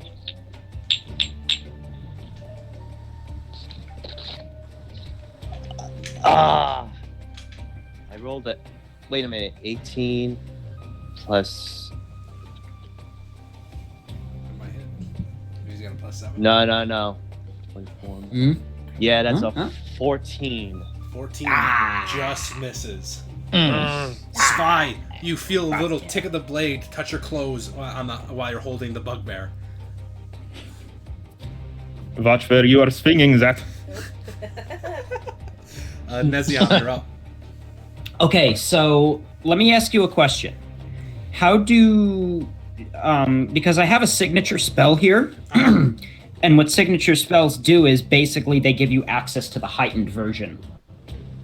So I have the heightened version of Magic Missile here. Wait, but I don't think signature spells are enacted until that level 3. Level 3? Yeah, it's like you get like an option for it at level 2, but then you're not allowed to actually like use them, I think, until level 3.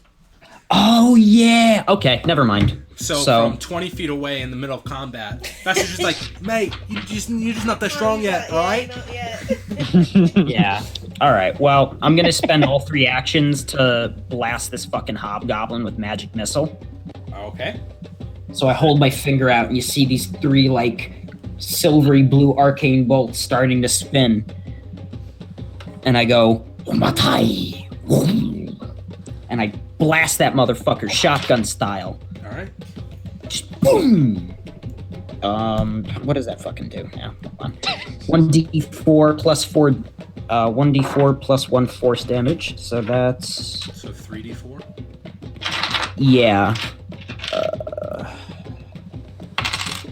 So that's okay. 3 interference.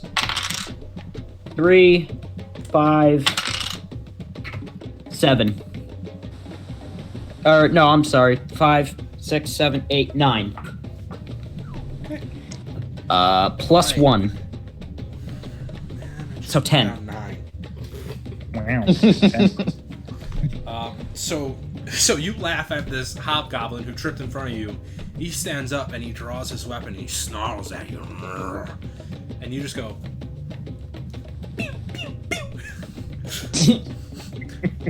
No, but he stands up and instantly your spells launch from your fingers and you just see like a triangle of impact form on his chest. And he coughs and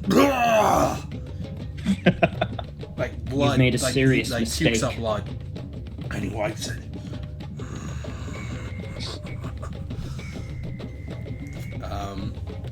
It is now the bugbear's turn. He is going to first attempt to escape. Okay, he's got to beat a 17. 17 athletics, right?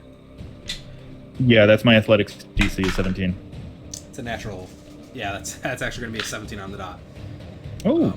So after Well, being that cut, just comes. after being cut, you just...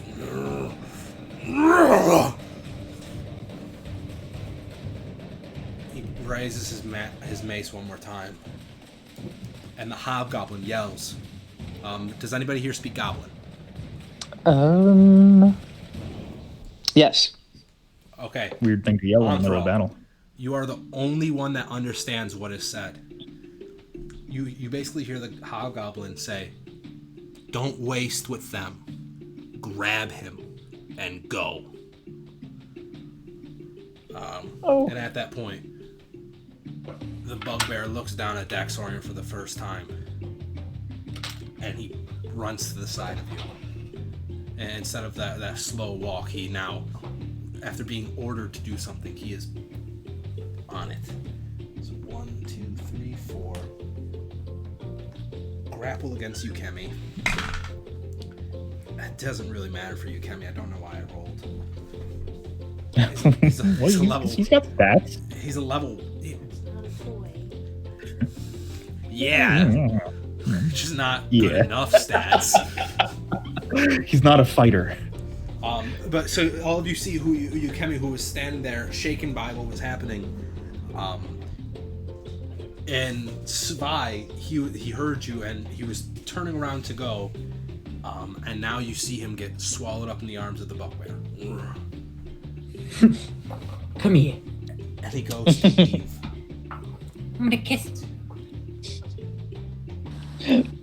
I don't get an attack of opportunity. You do not have that feat.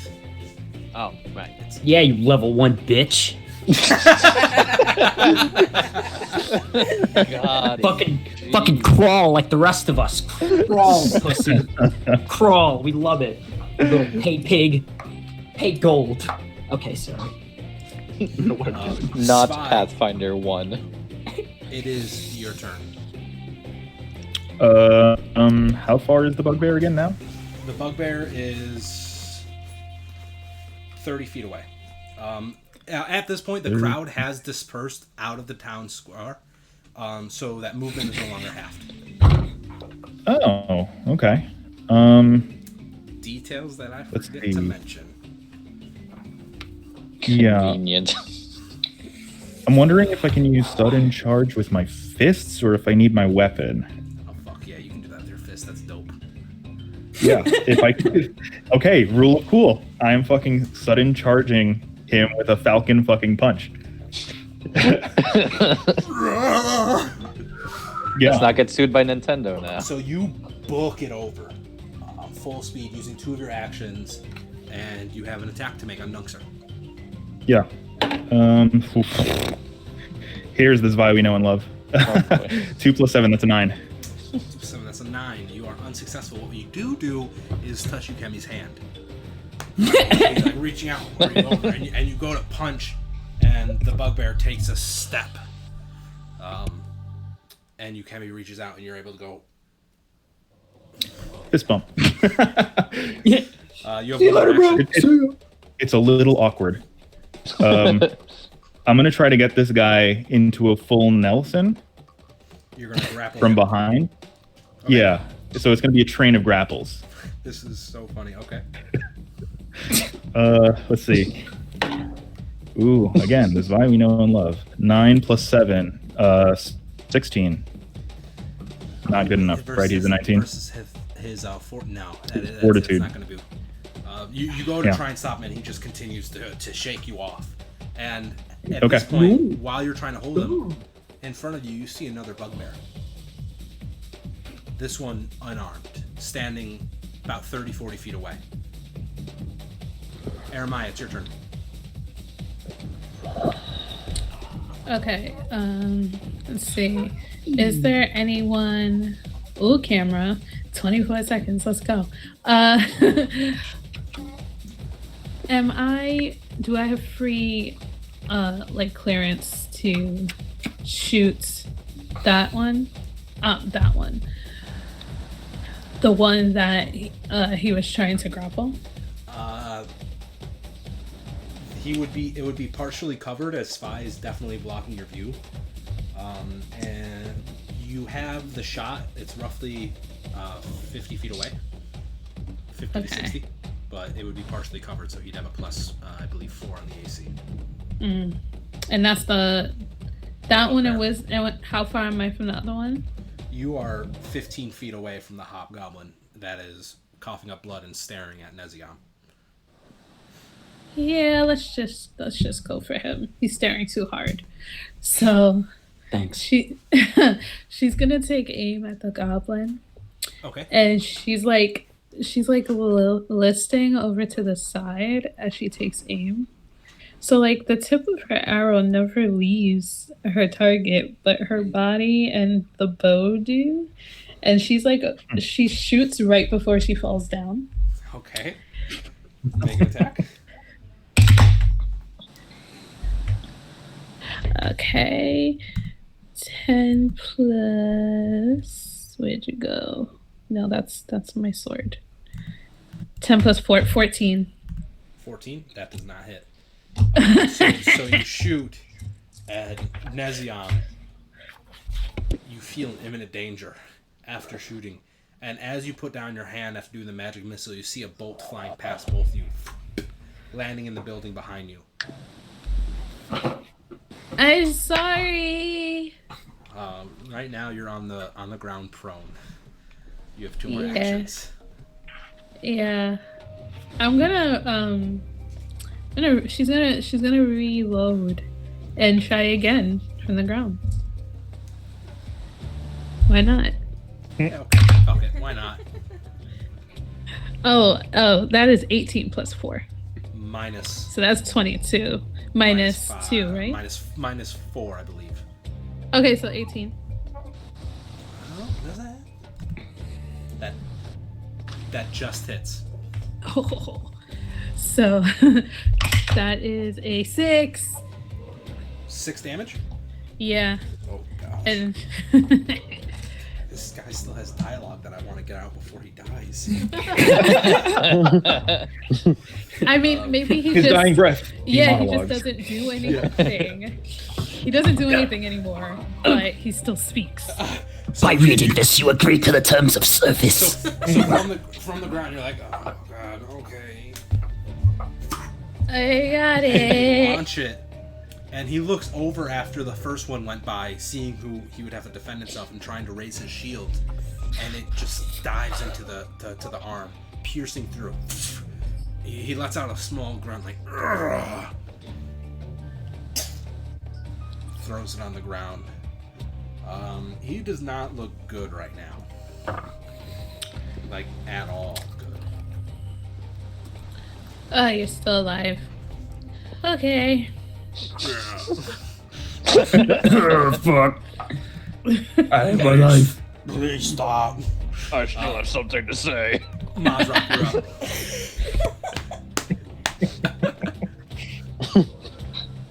All right. Jeez. Yeah, this is great. This is He supposed to be an extreme poses encounter. no. What? Go ahead. He poses no threat anymore, right? Oh, he does. I mean, he's still gonna. Yeah, he's still a threat. He's just standing and doesn't look like he'll be a threat much longer. All right.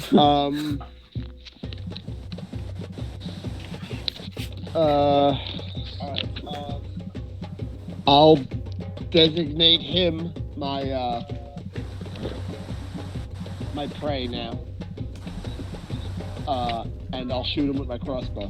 Okay, so you have to reload, designate, and then shoot. So that's gonna be your whole turn. Yep.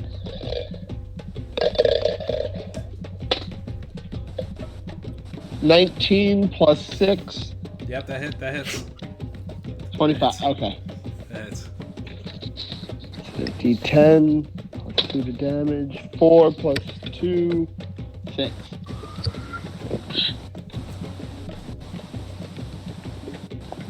Okay. If it's possible,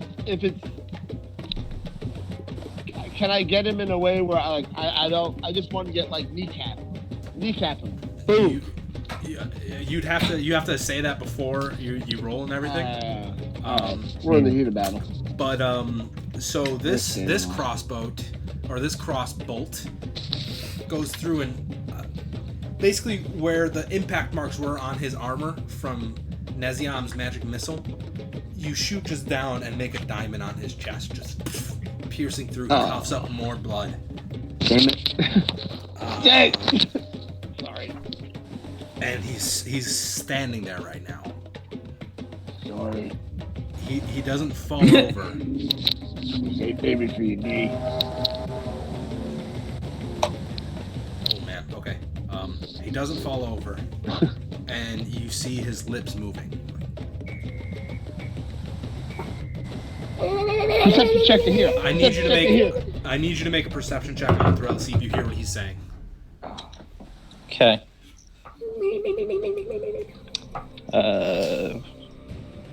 That's 18 altogether.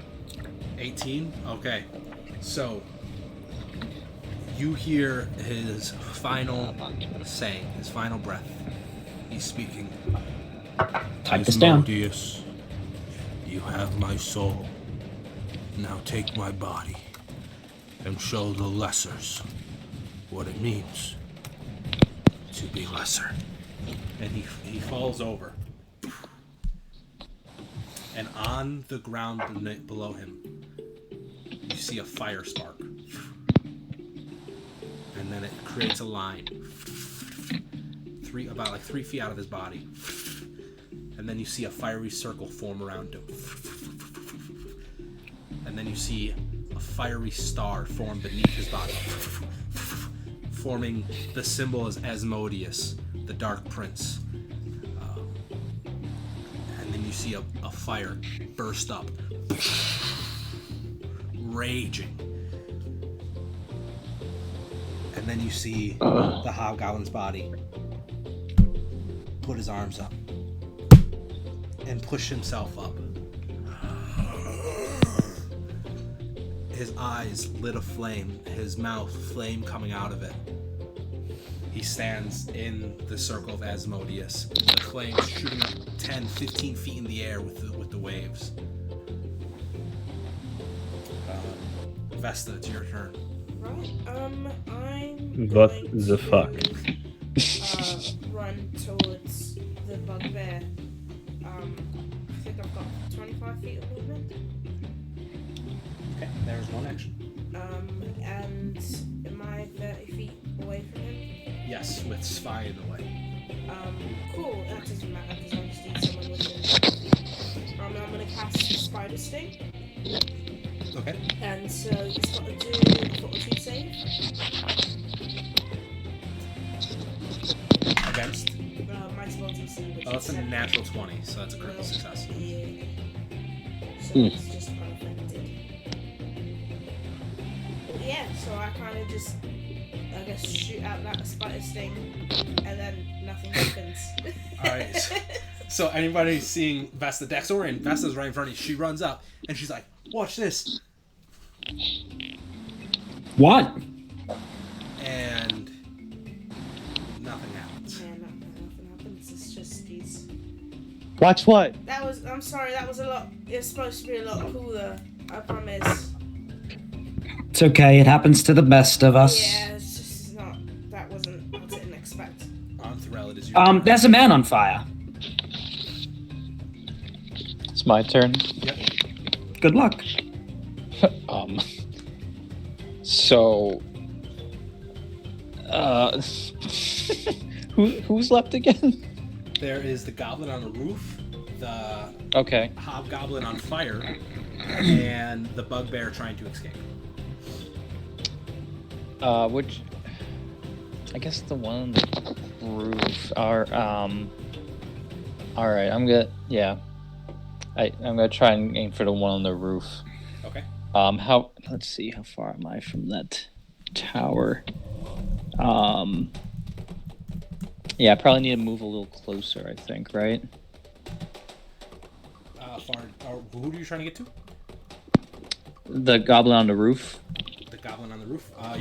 You're 20 feet away, given the height and where you're at right now. Okay. Alright. I'm gonna, because that the one that like did the alchemist fire? Yes. Okay, I'm gonna try and throw one back at him. On the straw roof, okay. Hey. All right. I know what, the countryside. I'm aware of my actions. It's a smart plan. Made. The whole thing's been burned down. Set building at center of wooden city on fire. I mean, the other one didn't burn everything. The other one didn't go on the building. Mm-hmm. They destroy. Stop wasting time and throw it. Yeah, you're tossing the shit. You're not getting out of it. Right. It's okay. All right. So it's like a 10 anyway. So 10 hits the building. Oh, does it really? Oh shit. Wow. It's got a 10 AC. That's crazy. So you go, you launch your alchemist fire, and Right. the goblin nimbly kind of just moves a little bit to the side, seeing you wind up like a pitcher. Like, I'm gonna throw that, hit him so hard. Huh! And he has enough time to move a little bit, and it hits like in the center of the roof. And you see the initial burst that you're used to. And then you look at the roof and you see the scorched mark, and you see a couple of orange glowing embers. And then you see them spread a little bit. Oh. And then you see It's a like- flame start erupting from the ceiling. It looks as if you caught the building on fire. Slight miscalculation. It is that goblin's turn. So he's going to jump off the roof. Right here. I spent like building that building, man. It took me like weeks. And Throw fire on it, fine, whatever. The hobgoblin that's lit a flame raises his hand and points right in front of him. The hobgoblin looks at you on throw with a look of panic, like he's scared. And he runs over in front. And he takes a readied stance in front of the engulfed hobgoblin. Now for the hobgoblin's turn.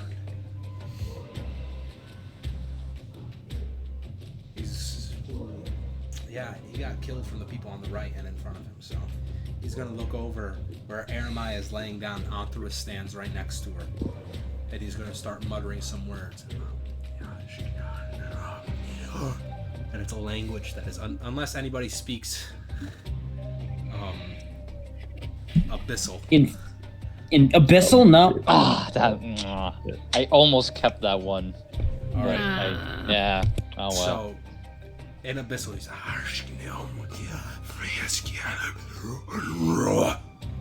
and at that moment, you feel the ground beneath you starting to become warm. And you look down. I need Anthrel, Aramaya, and Mazrock to make reflex saves. F.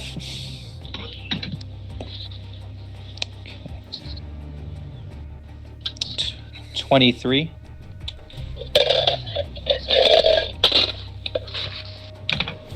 $18.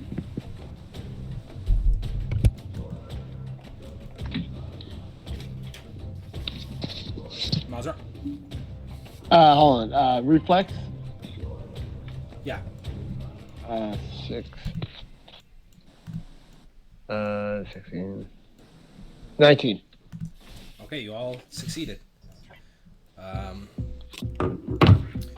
But from where you are, Aramai and Anthrel, you look down and you jump away. And your instincts tell you, oh shit, and you jump away, and then all of a sudden you see this dark, diabolical, deep red flame shoot up from beneath.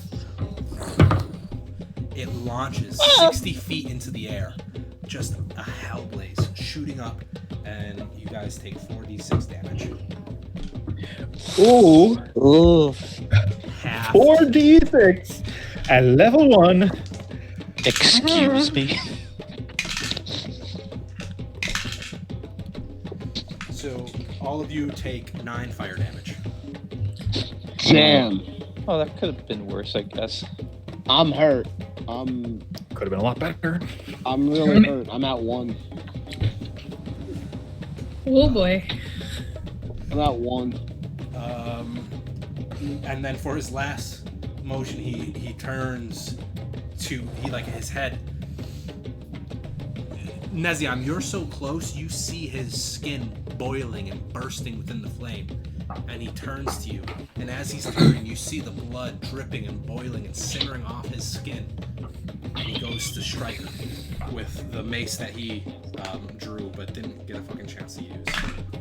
Yeah. That's gonna be a 1. So he goes. Damn. He goes to hit you with the mace, and you see his arm fall off his body. Gross. It is now Daxorian's turn. Okay, so that first bugbear I was fighting is now RIP, right? No, he's escaping. Oh, he's escaping. Well, no, he's not, because yeah. we're having a little hug session over in the corner there. Hug that bug. All right, I'm attacking, non-lethal damage. Okay, so you rush over. You have 25 movement speed, right? Yes. Okay, then you're good. This is your second action. You have... Yeah, go ahead. Ooh, 18. Plus 19, 20. 24. That hits, and that avoids Ukemi and Spy. Sweet. Okay. Good news. Yeah, finally. Somebody doesn't hit me. Yeah. 6 damage. Okay. You slice him down the back, and he drops Ukemi. Oh, thank God. He's Fumbled. still dead. Grab Ukemi! You have... We just dog piles on Ukemi.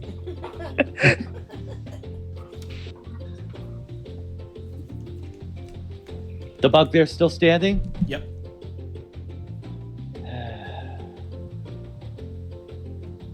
I'll attack again. Non-lethal damage. Just violently ripping Ukemi away from them. Stop, you fucks, you're killing me. You stupid 15. bastards.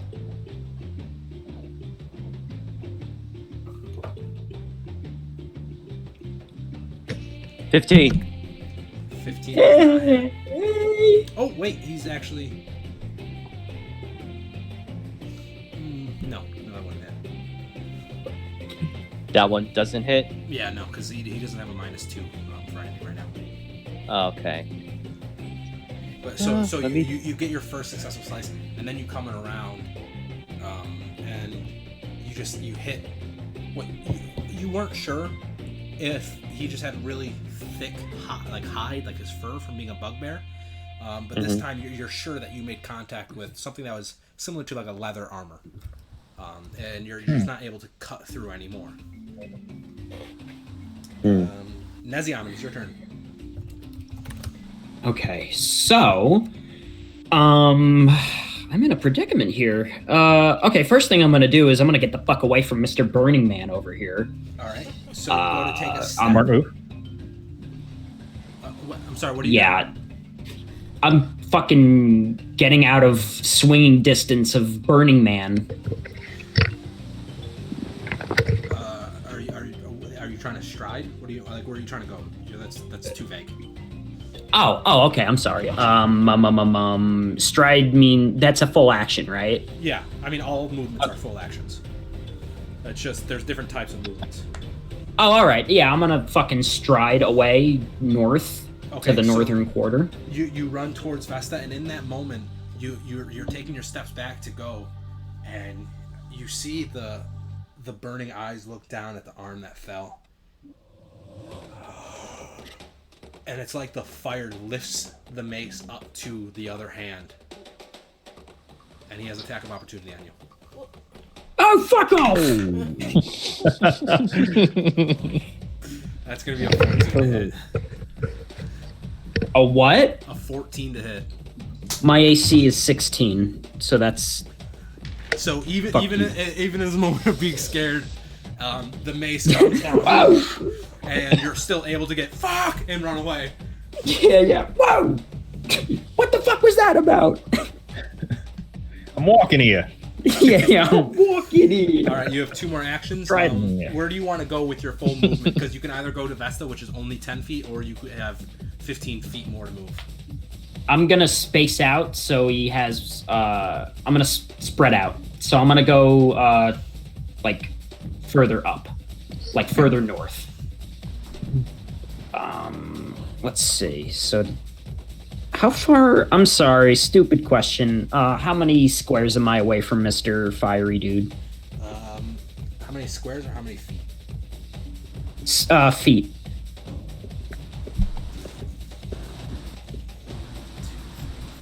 6. You're 35 feet away. 35 feet. All right, that's fine. Hold on. And Before I the do anything goblin else. is standing in front of the hobgoblin right now for you. I am going to cast Daze on that hobgoblin. He's got to attempt a basic will save. Beat a 17.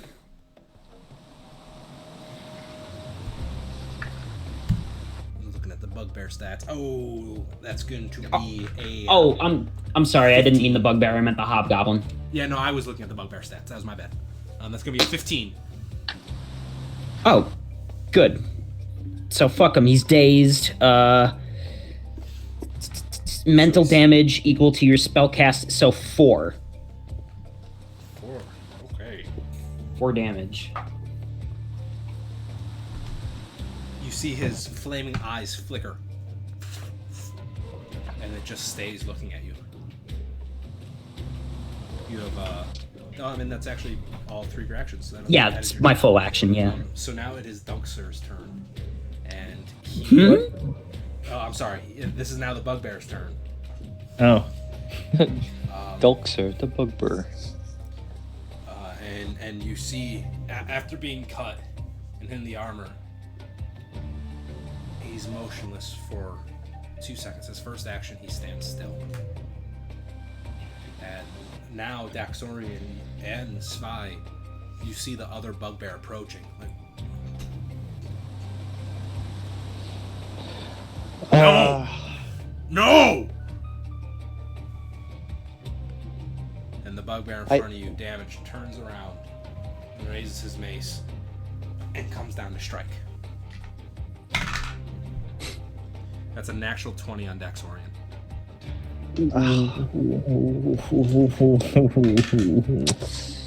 Oh, man.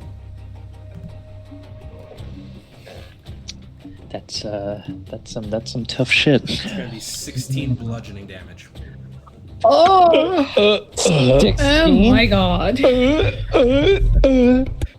Well, let's see. He's gonna point, huh? That would be immediate drop. Yeah, I am down. I am down. I am not okay. Excuse me for a second. I have to let my cat out of my door. And he sees Daxorian fall, and he goes to pick up Ukemi, who's laying there frightened, and tries to resist. So I'll do an athletics check. Yeah. It's fucking 18. So, like I said, I don't know why I rolled for Ukemi. And he just picks up Ukemi again like a little fucking baby, just fucking full arm, like, we gotta go. Just swaddling him. He's actually kind of okay with it. Yeah. Puts his arm around to help with the weight. Yeah. Just kind of like rests his head into his fucking bicep. And he is Ooh, starting to try and walk away again. And then it is Spy. It's your turn. I'm not gonna let him do that. Let me I don't know, try to get Ukemi away from this guy. What do you want me to roll for that? Should it be a grapple? Should I hit him? It'll be like a grapple. Okay. Yeah, let me roll another grapple check then. Let's see, 8 plus 7. That's not gonna do it, is it? 15? That's a 15. Yeah. Against his athletics, no. Against his reflex or fortitude. Fortitude. Yeah, no, nothing. So you Okay. go to wrestle him, and he just he's brushing you off. I'm gonna try again. Okay. Another one. It's worse. You know what? Fuck it. I'm gonna use a hero point on this one. Okay. To re-roll that, because I rolled a natural 3, and if it's gonna be worse than a natural 3, then I deserve it. Okay. Wow. Natural 6. Oh Welcome back to Five Folks. Not worse. God. Wow. Yeah. I'm gonna try to hit him now, because So you at this go point to, you go to the first time you go to try and hold him and stop him. The second time you try and go and just grab certain parts of his fur and hold him there. And when you do that, the fur just comes off. This guy wearing a bugbear suit. And it reveals more damaged and parched skin. Ew. He's got mange or some shit. I'm gonna try to punch him in the back of the head. Okay. Ooh. You have a -2 to punching with your fists. Do I? I believe unarmed combat. Yeah, unless you're proficient in it. I have training in unarmed. Then never fucking mind. Oh yeah, unarmed. Okay. So 8 plus 7, I think. Yeah, 7 to hit. That's 15 to hit. Nope. No dice. Okay. You go to punch him in the back of the head, and he's just starting to take these like, he's hurt, and his strides are kind of starting to show it. He's swaying, and when you go to punch, his sway just kind of gets him out of the way, and he's not looking back at you. He's trying to walk and leave. At this point, the other bugbear is now 20, 15 feet. He's, no! Dunkser! What are you doing? Oh, he's good. Dunkster, please stop. Please. And Eremiah, it is your turn. Hmm. And then a raptor comes I would out just like and bites everyone to know fucking that I rolled 4 times and I did not get above a 9. I know. I know. Well, We at least you noticed. didn't get a spy. Uh, There We got it one is. better. Okay. And two now. So there's still a guy on the roof, right? No, he's standing in front of Oh. the burning hobgoblin. Right, the fire. Yeah, Yes. he has a ready Okay. stance. We're gonna go for him. And with this goblin or bow hobgoblin? again. Which one's on? So one of them's on fire, one of them's not. The hobgoblin's on fire, holding a mace, and the goblin is there holding a short sword. Let's go with the hobgoblin. Okay. Okay, she's already set up. So that's 17 plus 4, 21. 21 hits. Awesome. Get that motherfucker. So that's a 4. So she's up now since that gaping maw opened in the ground. So she's like, that kind of like snapped her out of it a little bit. So she's a little bit more focused. And she's like aiming for his neck. And I don't know how far she gets, but yeah, that's where she was aiming. With the bow and arrow? Yes. You gotta roll for damage. I did 4. Oh, okay. So, are you using a crossbow or a bow and arrow? Short bow. Okay. So Bow and arrow, yeah. You fire the arrow, and it's the fire in the eyes is still flickering, looking at Nezion. And your arrow comes in, and you see it seemingly touch the one arm still there, but you're not sure if it pierces. Yeah. You see the flames almost And then it's my time. instinctually.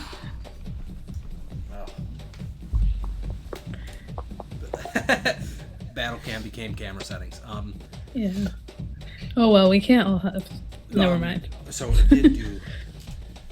So you did hit, but you don't think it did as much damage as you thought it would. No. She's like, did it hit his shoulder? I seem to this like wait.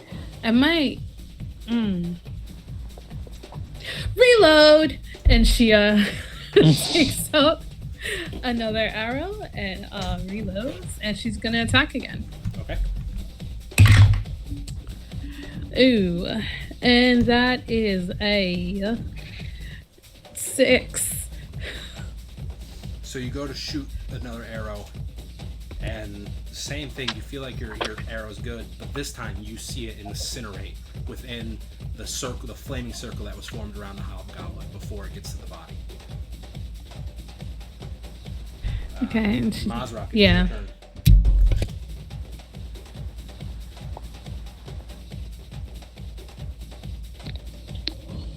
Okay. Is that the only guy that's left, or is that other goblin still around? The goblin is standing in front of the flaming circle and the flaming hobgoblin at this point. Okay. Map.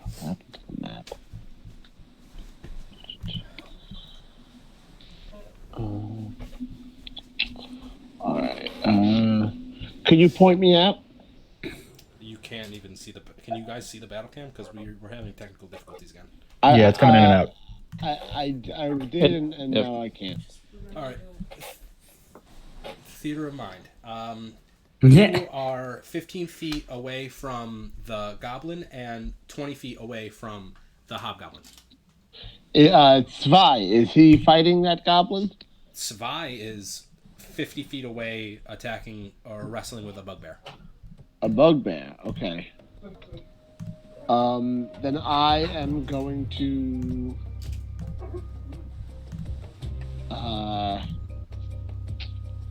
50 feet away. And how's he doing? How's who doing? No one's doing good right now. They're all fucking bloody. They're all messed up. I just missed 4 rolls. I'll take a shot at the bugbear. Again, reload, designate him my prey, shot my crossbow. Okay. That's my die.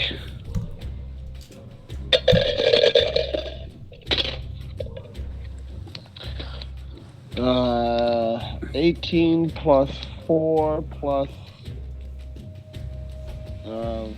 this is my prey plus 2. 24. 24 hits. Yeah. Thank God. Whew. All right, bugbear. 2 damage. So 6, 7, 8 damage. 8 damage to who? The bugbear. No. The bugbear. Okay, I thought you said hobgoblin. You don't have a clear shot at the bugbear. No? No. All right, then. So what did you roll? Then you might have still hit. You might have still hit, but I just need to know what you rolled again. I rolled an 18 plus 4 plus 2. So a 24. 24. Yeah. Okay, yeah, that still would have hit the bugbear. Okay. And how much damage did you do? So I rolled a 6 plus 2. I think plus 2 to damage because he's my prey right now. Where's my thing? Okay. So the arrow or your bolt pierces higher in the back towards the neck of the bugbear, and he continues trying to walk with you, Kemi, not turning back. Damn. You have. Crazy. Oh, actually, that's all your actions. Vesta. It is. Yeah, it's all 3 of them. Let's just do theory of mind. It's fine. Yeah. Sorry for everyone that really loves our battle cam. All 2 of them. I'm going to. The bugbear's still there, right? Yep. I'm gonna cast. Okay. I'm gonna try to cast staves on him. He's got to do a will saving throw. Okay. That is a 2. So. That's a critical failure then. So. Oh, he's stunned. He's stunned 1. And I do 4 damage.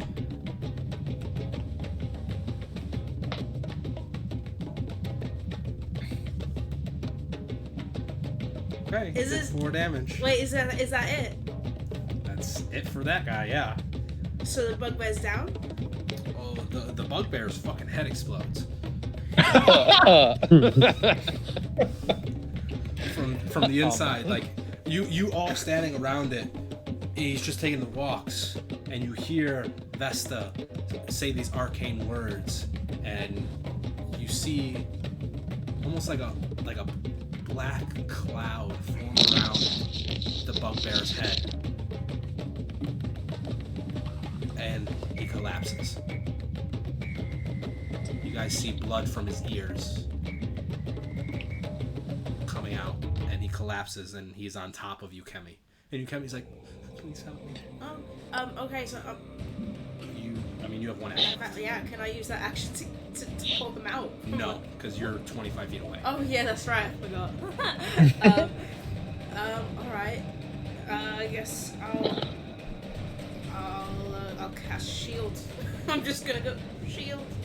Very timidly. You see the bugbear fall, and you kind of peek over your left shoulder to see the flaming hobgoblin and the goblin there. Shield.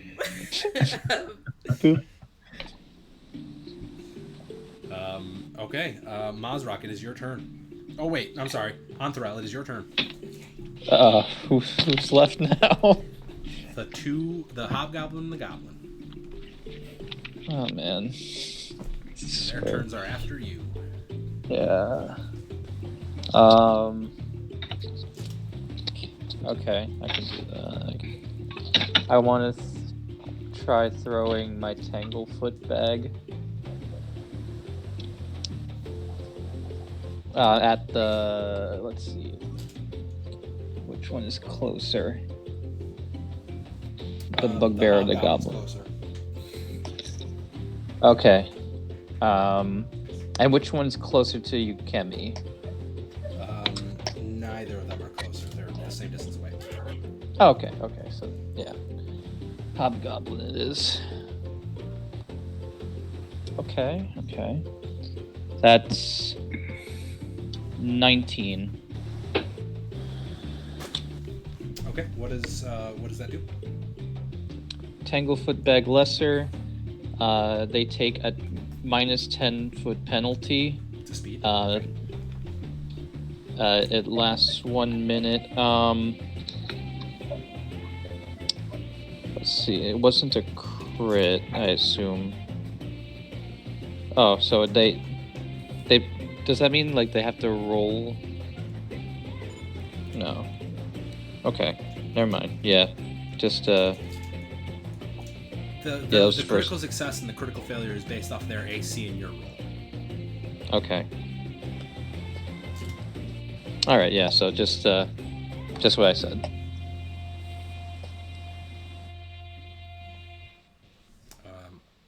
It's just minus 10 to speed. Yeah, it lasts for a minute. So. Okay. So you throw it and you throw it. Try to inside the flaming circle, and you see the life shoot up and wrap around the hobgoblin's legs, while simultaneously like fighting off the flames. And for a moment, they stay there. You have one action left. I want to run. I want to run over to you, Kemi. You'd have to pass the goblins.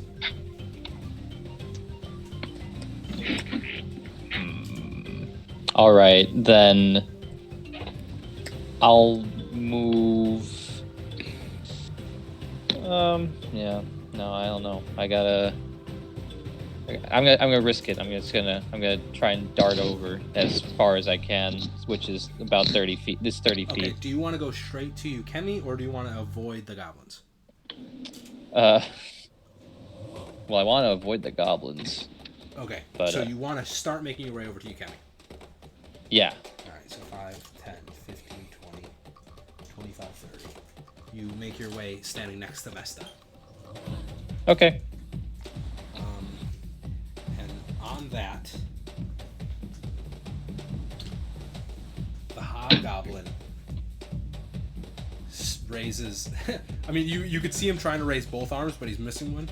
So he raises his one good arm and his mace, and he mumbles an abyssal again.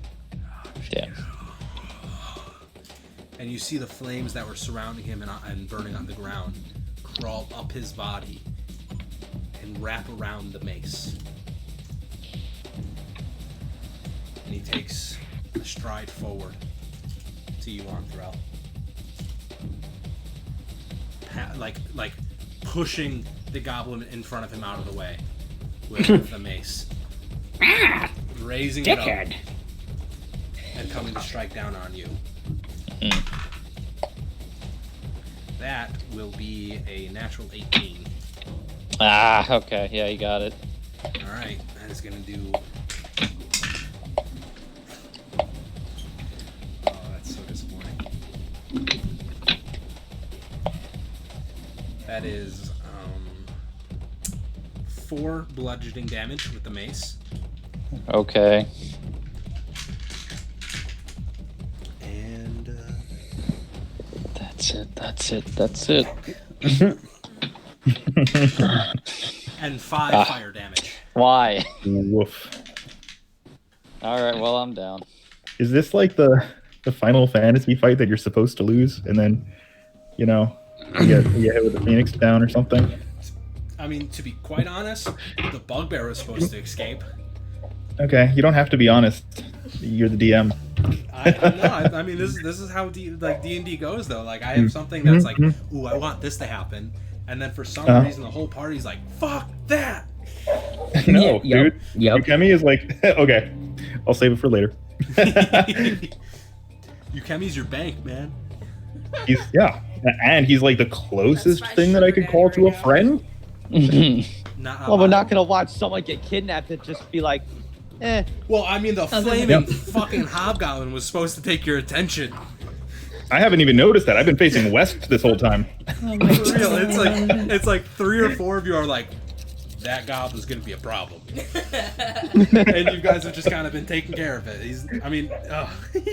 I can't wait to just talk about this for a little bit afterwards.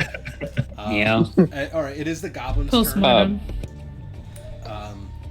And he loses his ready action, and the burning hobgoblin says on Goblin, Anthrel, you hear this unless you're already dead.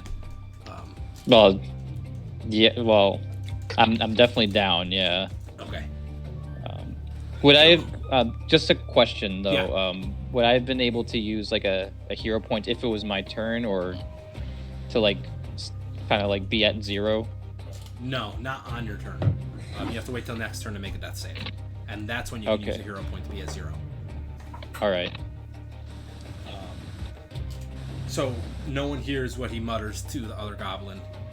You see him run forward.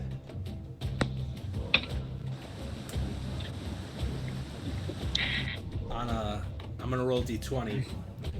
On a 10 or lower, it attacks Anthrel. Or on a 9 or low. How do numbers work? Yeah, on a 10 or lower, it attacks Anthrel. Higher, it attacks Vesta. It's a 10. So that attacks Anthrel. What? What? I said I thought you said 9 or lower. I thought 10 or lower. Because it's 1 through 10, 11 through 20. Hate it. It's gonna roll to attack. I'm already at -4. Negatives don't exist. You're just dying 1. Okay. Dying 1. But still, he's gonna hit you, and that's gonna bring you to dying 2. Great. And then let's see. So I really hope that's my ambulance. And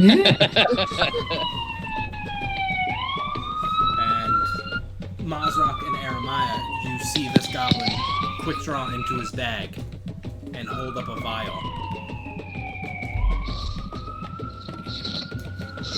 And he freezes.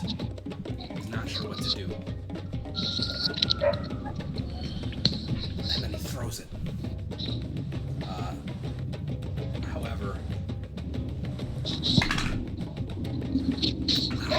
that's going to be an 18 to hit Mazrak. That's a hit. Alright. So he throws. He's at 1 health. Yeah, I'm out. Level 1.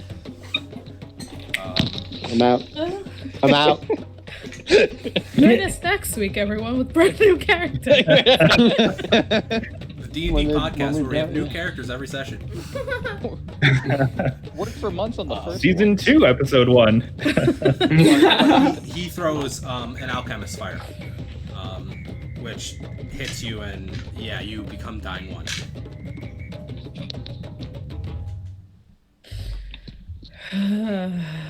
Three down. And Daxorian, it is your turn. Make a death save. Hero point. Alright, stabilize at 0. Yay. It's your turn. All right, so so we got that little goblin asshole and we got Fire Dude, right? Yep, that's it. I mean, Actually, wait. No, the goblin only speaks goblin, right? You don't know. I'm not gonna find out. Fuck them. I'm gonna cast Electric Arc on both of those assholes.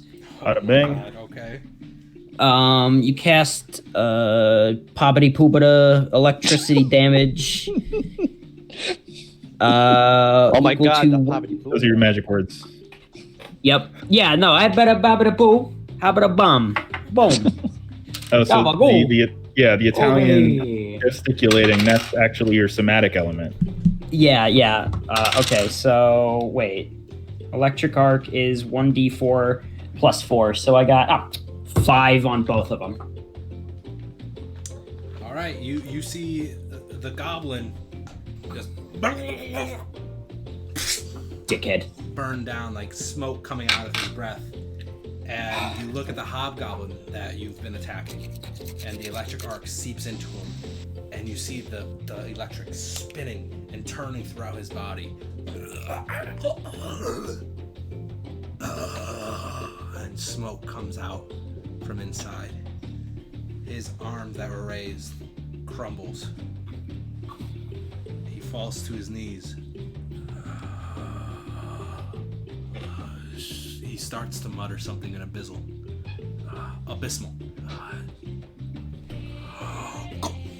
And he falls over. And his body, almost like it was fighting the flames that it was encased in for the last couple seconds, immediately begins to crack and crumble and burn. So fast to the point it seems like his body is sinking into the ground, like the Wicked Witch of the West melting. And then as soon as his body becomes nothing but dust and ashes, the flame, the scorch marks that were on the ground vanish. The only thing that's still lit on fire is the house that Anthral lit on fire. Oh, shit! Ah! Get the water! Get the fucking water! Can't accept the consequences if I'm dead. Ah! Ah! For the first time since this started, you guys are able to look around. You see the barren town square. Well, before I look around, I'm gonna, get this big bugbear off of Ukemi. All right. Take him out. Let the DM monologue a little bit. All right. Damn. Mother truckers. Unsure of what just transpired and what the scheme was, you look around at all these dead bodies, and Spy, you look down at the bugbear, and Ukemi going, "Help me, please." Reaches out his hand. "Please, I can't. He's heavy." You go down to lift the bugbear, and you get pushed. Actually, what's your fortitude? My fortitude DC, or do I make a fortitude saving throw? Fortitude DC. Would be a 17. All right, so the bugbear that was approaching runs up and tries to push you off. Unable to do so, he's like, "Don't touch my brother, please, please." Fine. You take care of him. Yeah, and he looks down, he lifts him off Ukemi. He's like, "You get me? I'm so sorry." "Dunk, sir." Slapping his face. "Dunk, sir. Dunk, sir." I'm gonna lift up Ukemi. Thank you.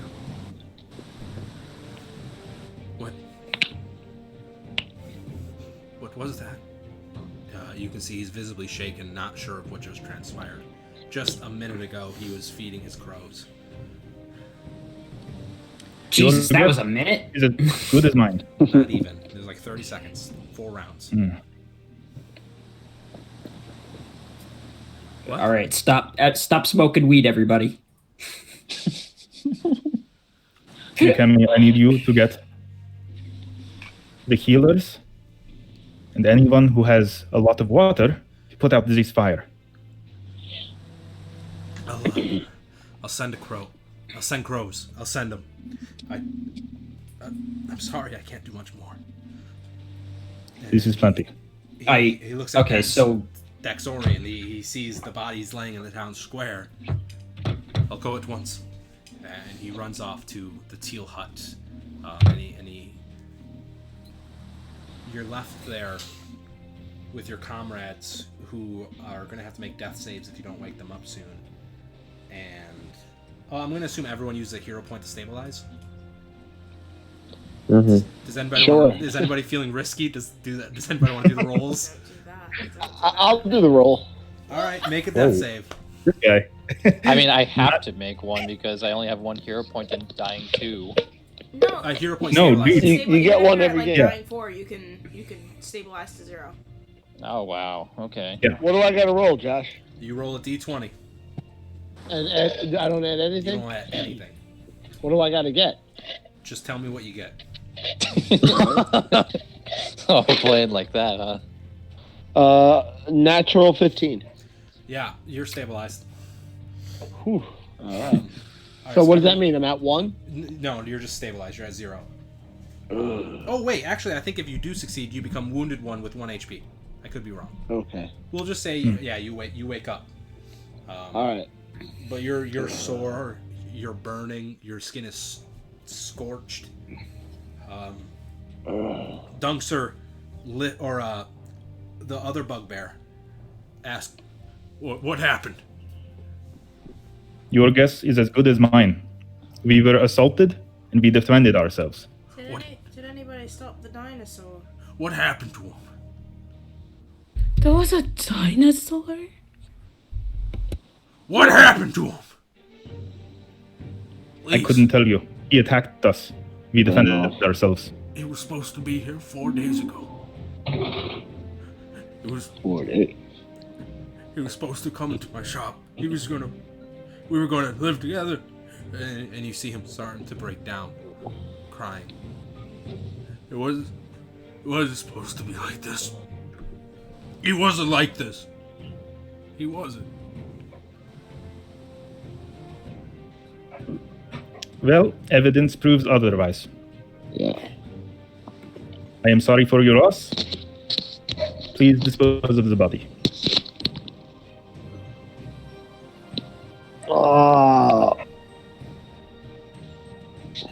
And he just kind of solemnly stays there. And now you start hearing the crows flying around, saying, Medics, healers, water, town square. It's bad.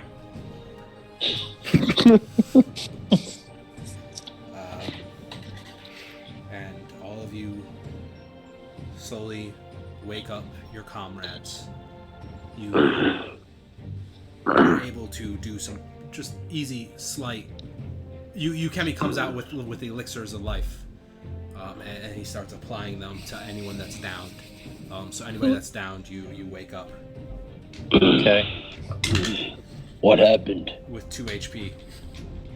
Okay. You lived. Dave Who was is down again? non-lethal. That's good. Oh, Vesta was just about to have a fucking breakdown. Holy shit. You don't know that. That Dave is non-lethal? You wouldn't know My that. own spell. Have you ever used it on someone?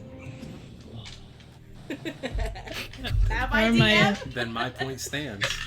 You might have used it on people that weren't as injured as he was. You don't know if you killed him or not. Do you want to make a perception check on him?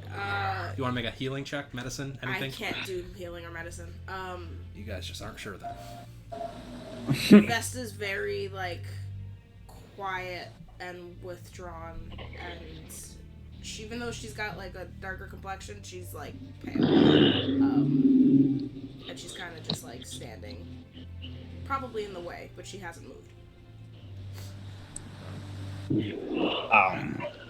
Did we save him? If you will excuse me, I am going back to the Toad Pigeon. Me too. I'm gonna stay behind and I'm gonna do whatever the fuck I can to help because, like, that's why I'm here. Okay. I'm gonna go get a room and rest up because I died. All right, man. Yeah, no, I understand. What would the rest of the party like to do right now? This Kinda is wanna your sleep final that- action, basically. I'm gonna sleep that shit off. I would love to help, but I am very, very hurt. Go, get your rest. I'm gonna be a Okay. bit forlorn for a bit, and then once I can start kicking things into gear, I'm gonna go up to the bugbear and see if I can help. Okay. So the rest of you head back. Oh, sorry. Go ahead, Jeremiah. No. I was gonna say she's stumbling ahead with Spy, kind of trying to keep up with him. All right. Can somebody help me up, please? He's like, it's like a 6'5" worm curled up on the floor. If I happen to be passing by, I lift him up by like the scruff of his shirt, stand him on his Passing feet. by, yeah, you would. Yeah. Wait, Svi, before you go. But you're walking off. Well, who was that trying to get my attention? That was Yukemi. For Yukemi, I think I would stop and listen. Your sword. I think you should take your Do sword. not worry about it. I think you should take your sword. If we are to expect assaults like this going forward, this may be for the best. I don't know. I never expected it, and now I don't know. Excuse me? Are you like saying excuse me, like let me through? Yeah, like. Okay. No, what did you say? I've never expected it before, and now I don't know You don't know that. if this will happen again. I don't know why it happened now. You have my sword. It's in the back. Yes. Lead me to it. Well, he runs into the sealed building, which Sva, you know, is that's where he sleeps. So he goes in and he drags your sword out. I'm not strong enough. I can't bring it to you. If anything were to happen again. I will keep it on me. Where are you going? I would very much like to discuss this with you. For now, I am going to the Toad Pigeon for a drink. I'll be there. Okay. Sometime. I have to stay here first. And you're able to go off. The rest of you that are staying, they pick up the bodies, dispose of them. They kind of build these little out of town, you know, a little not exactly like a warrior's death, but enough to burn the bodies rather than burying it. How many died? Well, are you asking for specifics or just the enemies? Specifics. Okay, so we have there was 2 civilians that were unfortunately killed. Both of them seem to have been killed by some sort of lightning. Like the scorch marks, you can recognize them and how their veins are going. And then 18 people died in the house that burned down. 18. Really tragic stuff right there. No, I'm kidding. That didn't happen. They all got out safely. Okay. Andre's having a conniption. Andre's standing next to Vesta having a breakdown. I'm barely standing. I'm like fainting. Like imagine like pops from regular show, just like. But we will get more into the specifics next time. This is where we're going to end. We can start with Yukemi and the others that stayed to help, and then we will go to the Toad Pigeon Inn, starting for next session. So cool.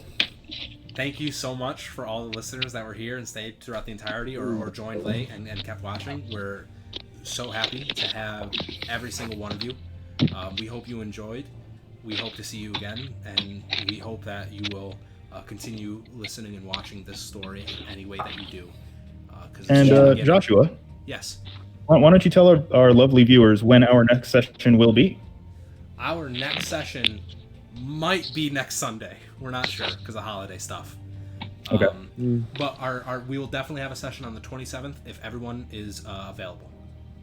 Okay. I'll do my best. For any of the viewers, we're looking to do every other Sunday because we do have 2 very talented grad school students. Their semesters just came to an end, so we might be popping out sessions as frequently as it can, maybe multiple times a week. I don't know, but we're definitely going to be doing every other Sunday. So we hope you're here for the long run, and we hope you enjoy it. Thank you. And if there's any feedback that you guys would like to give us, just like from a technical standpoint or a role-playing standpoint, because some of us are a little relatively new to this entire thing in terms of this like is a new medium for all of us, but I think this was getting. This is fun. This is first. Yeah, this go is ahead. The number one. This is the first time. Everyone's going to improve from here. Yeah, absolutely. And thank you for interrupting me, Josh. Well, I mean, I was closing things off, and then you decided that I was going to throw in a little thing. Kidding. But yeah, no. Feedback is. And feedback is nice. Yeah. Good night, everybody. It was fun. I'm signing off. Yes. Good night. All right. Add me on Tinder. Experience the excitement of an enticing tale woven by heroic squad. Adventures and endeavors await you inside. So come see them ride. The Magic Quest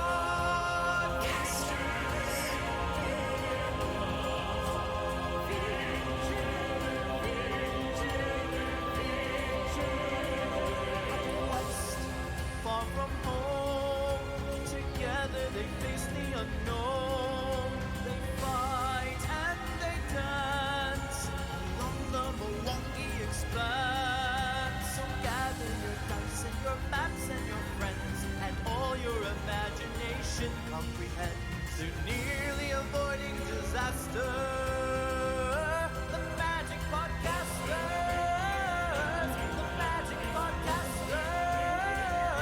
The Magic Podcasters. The Magic Podcasters. There's gonna be some shelving over there, so there'll be a couple over there, but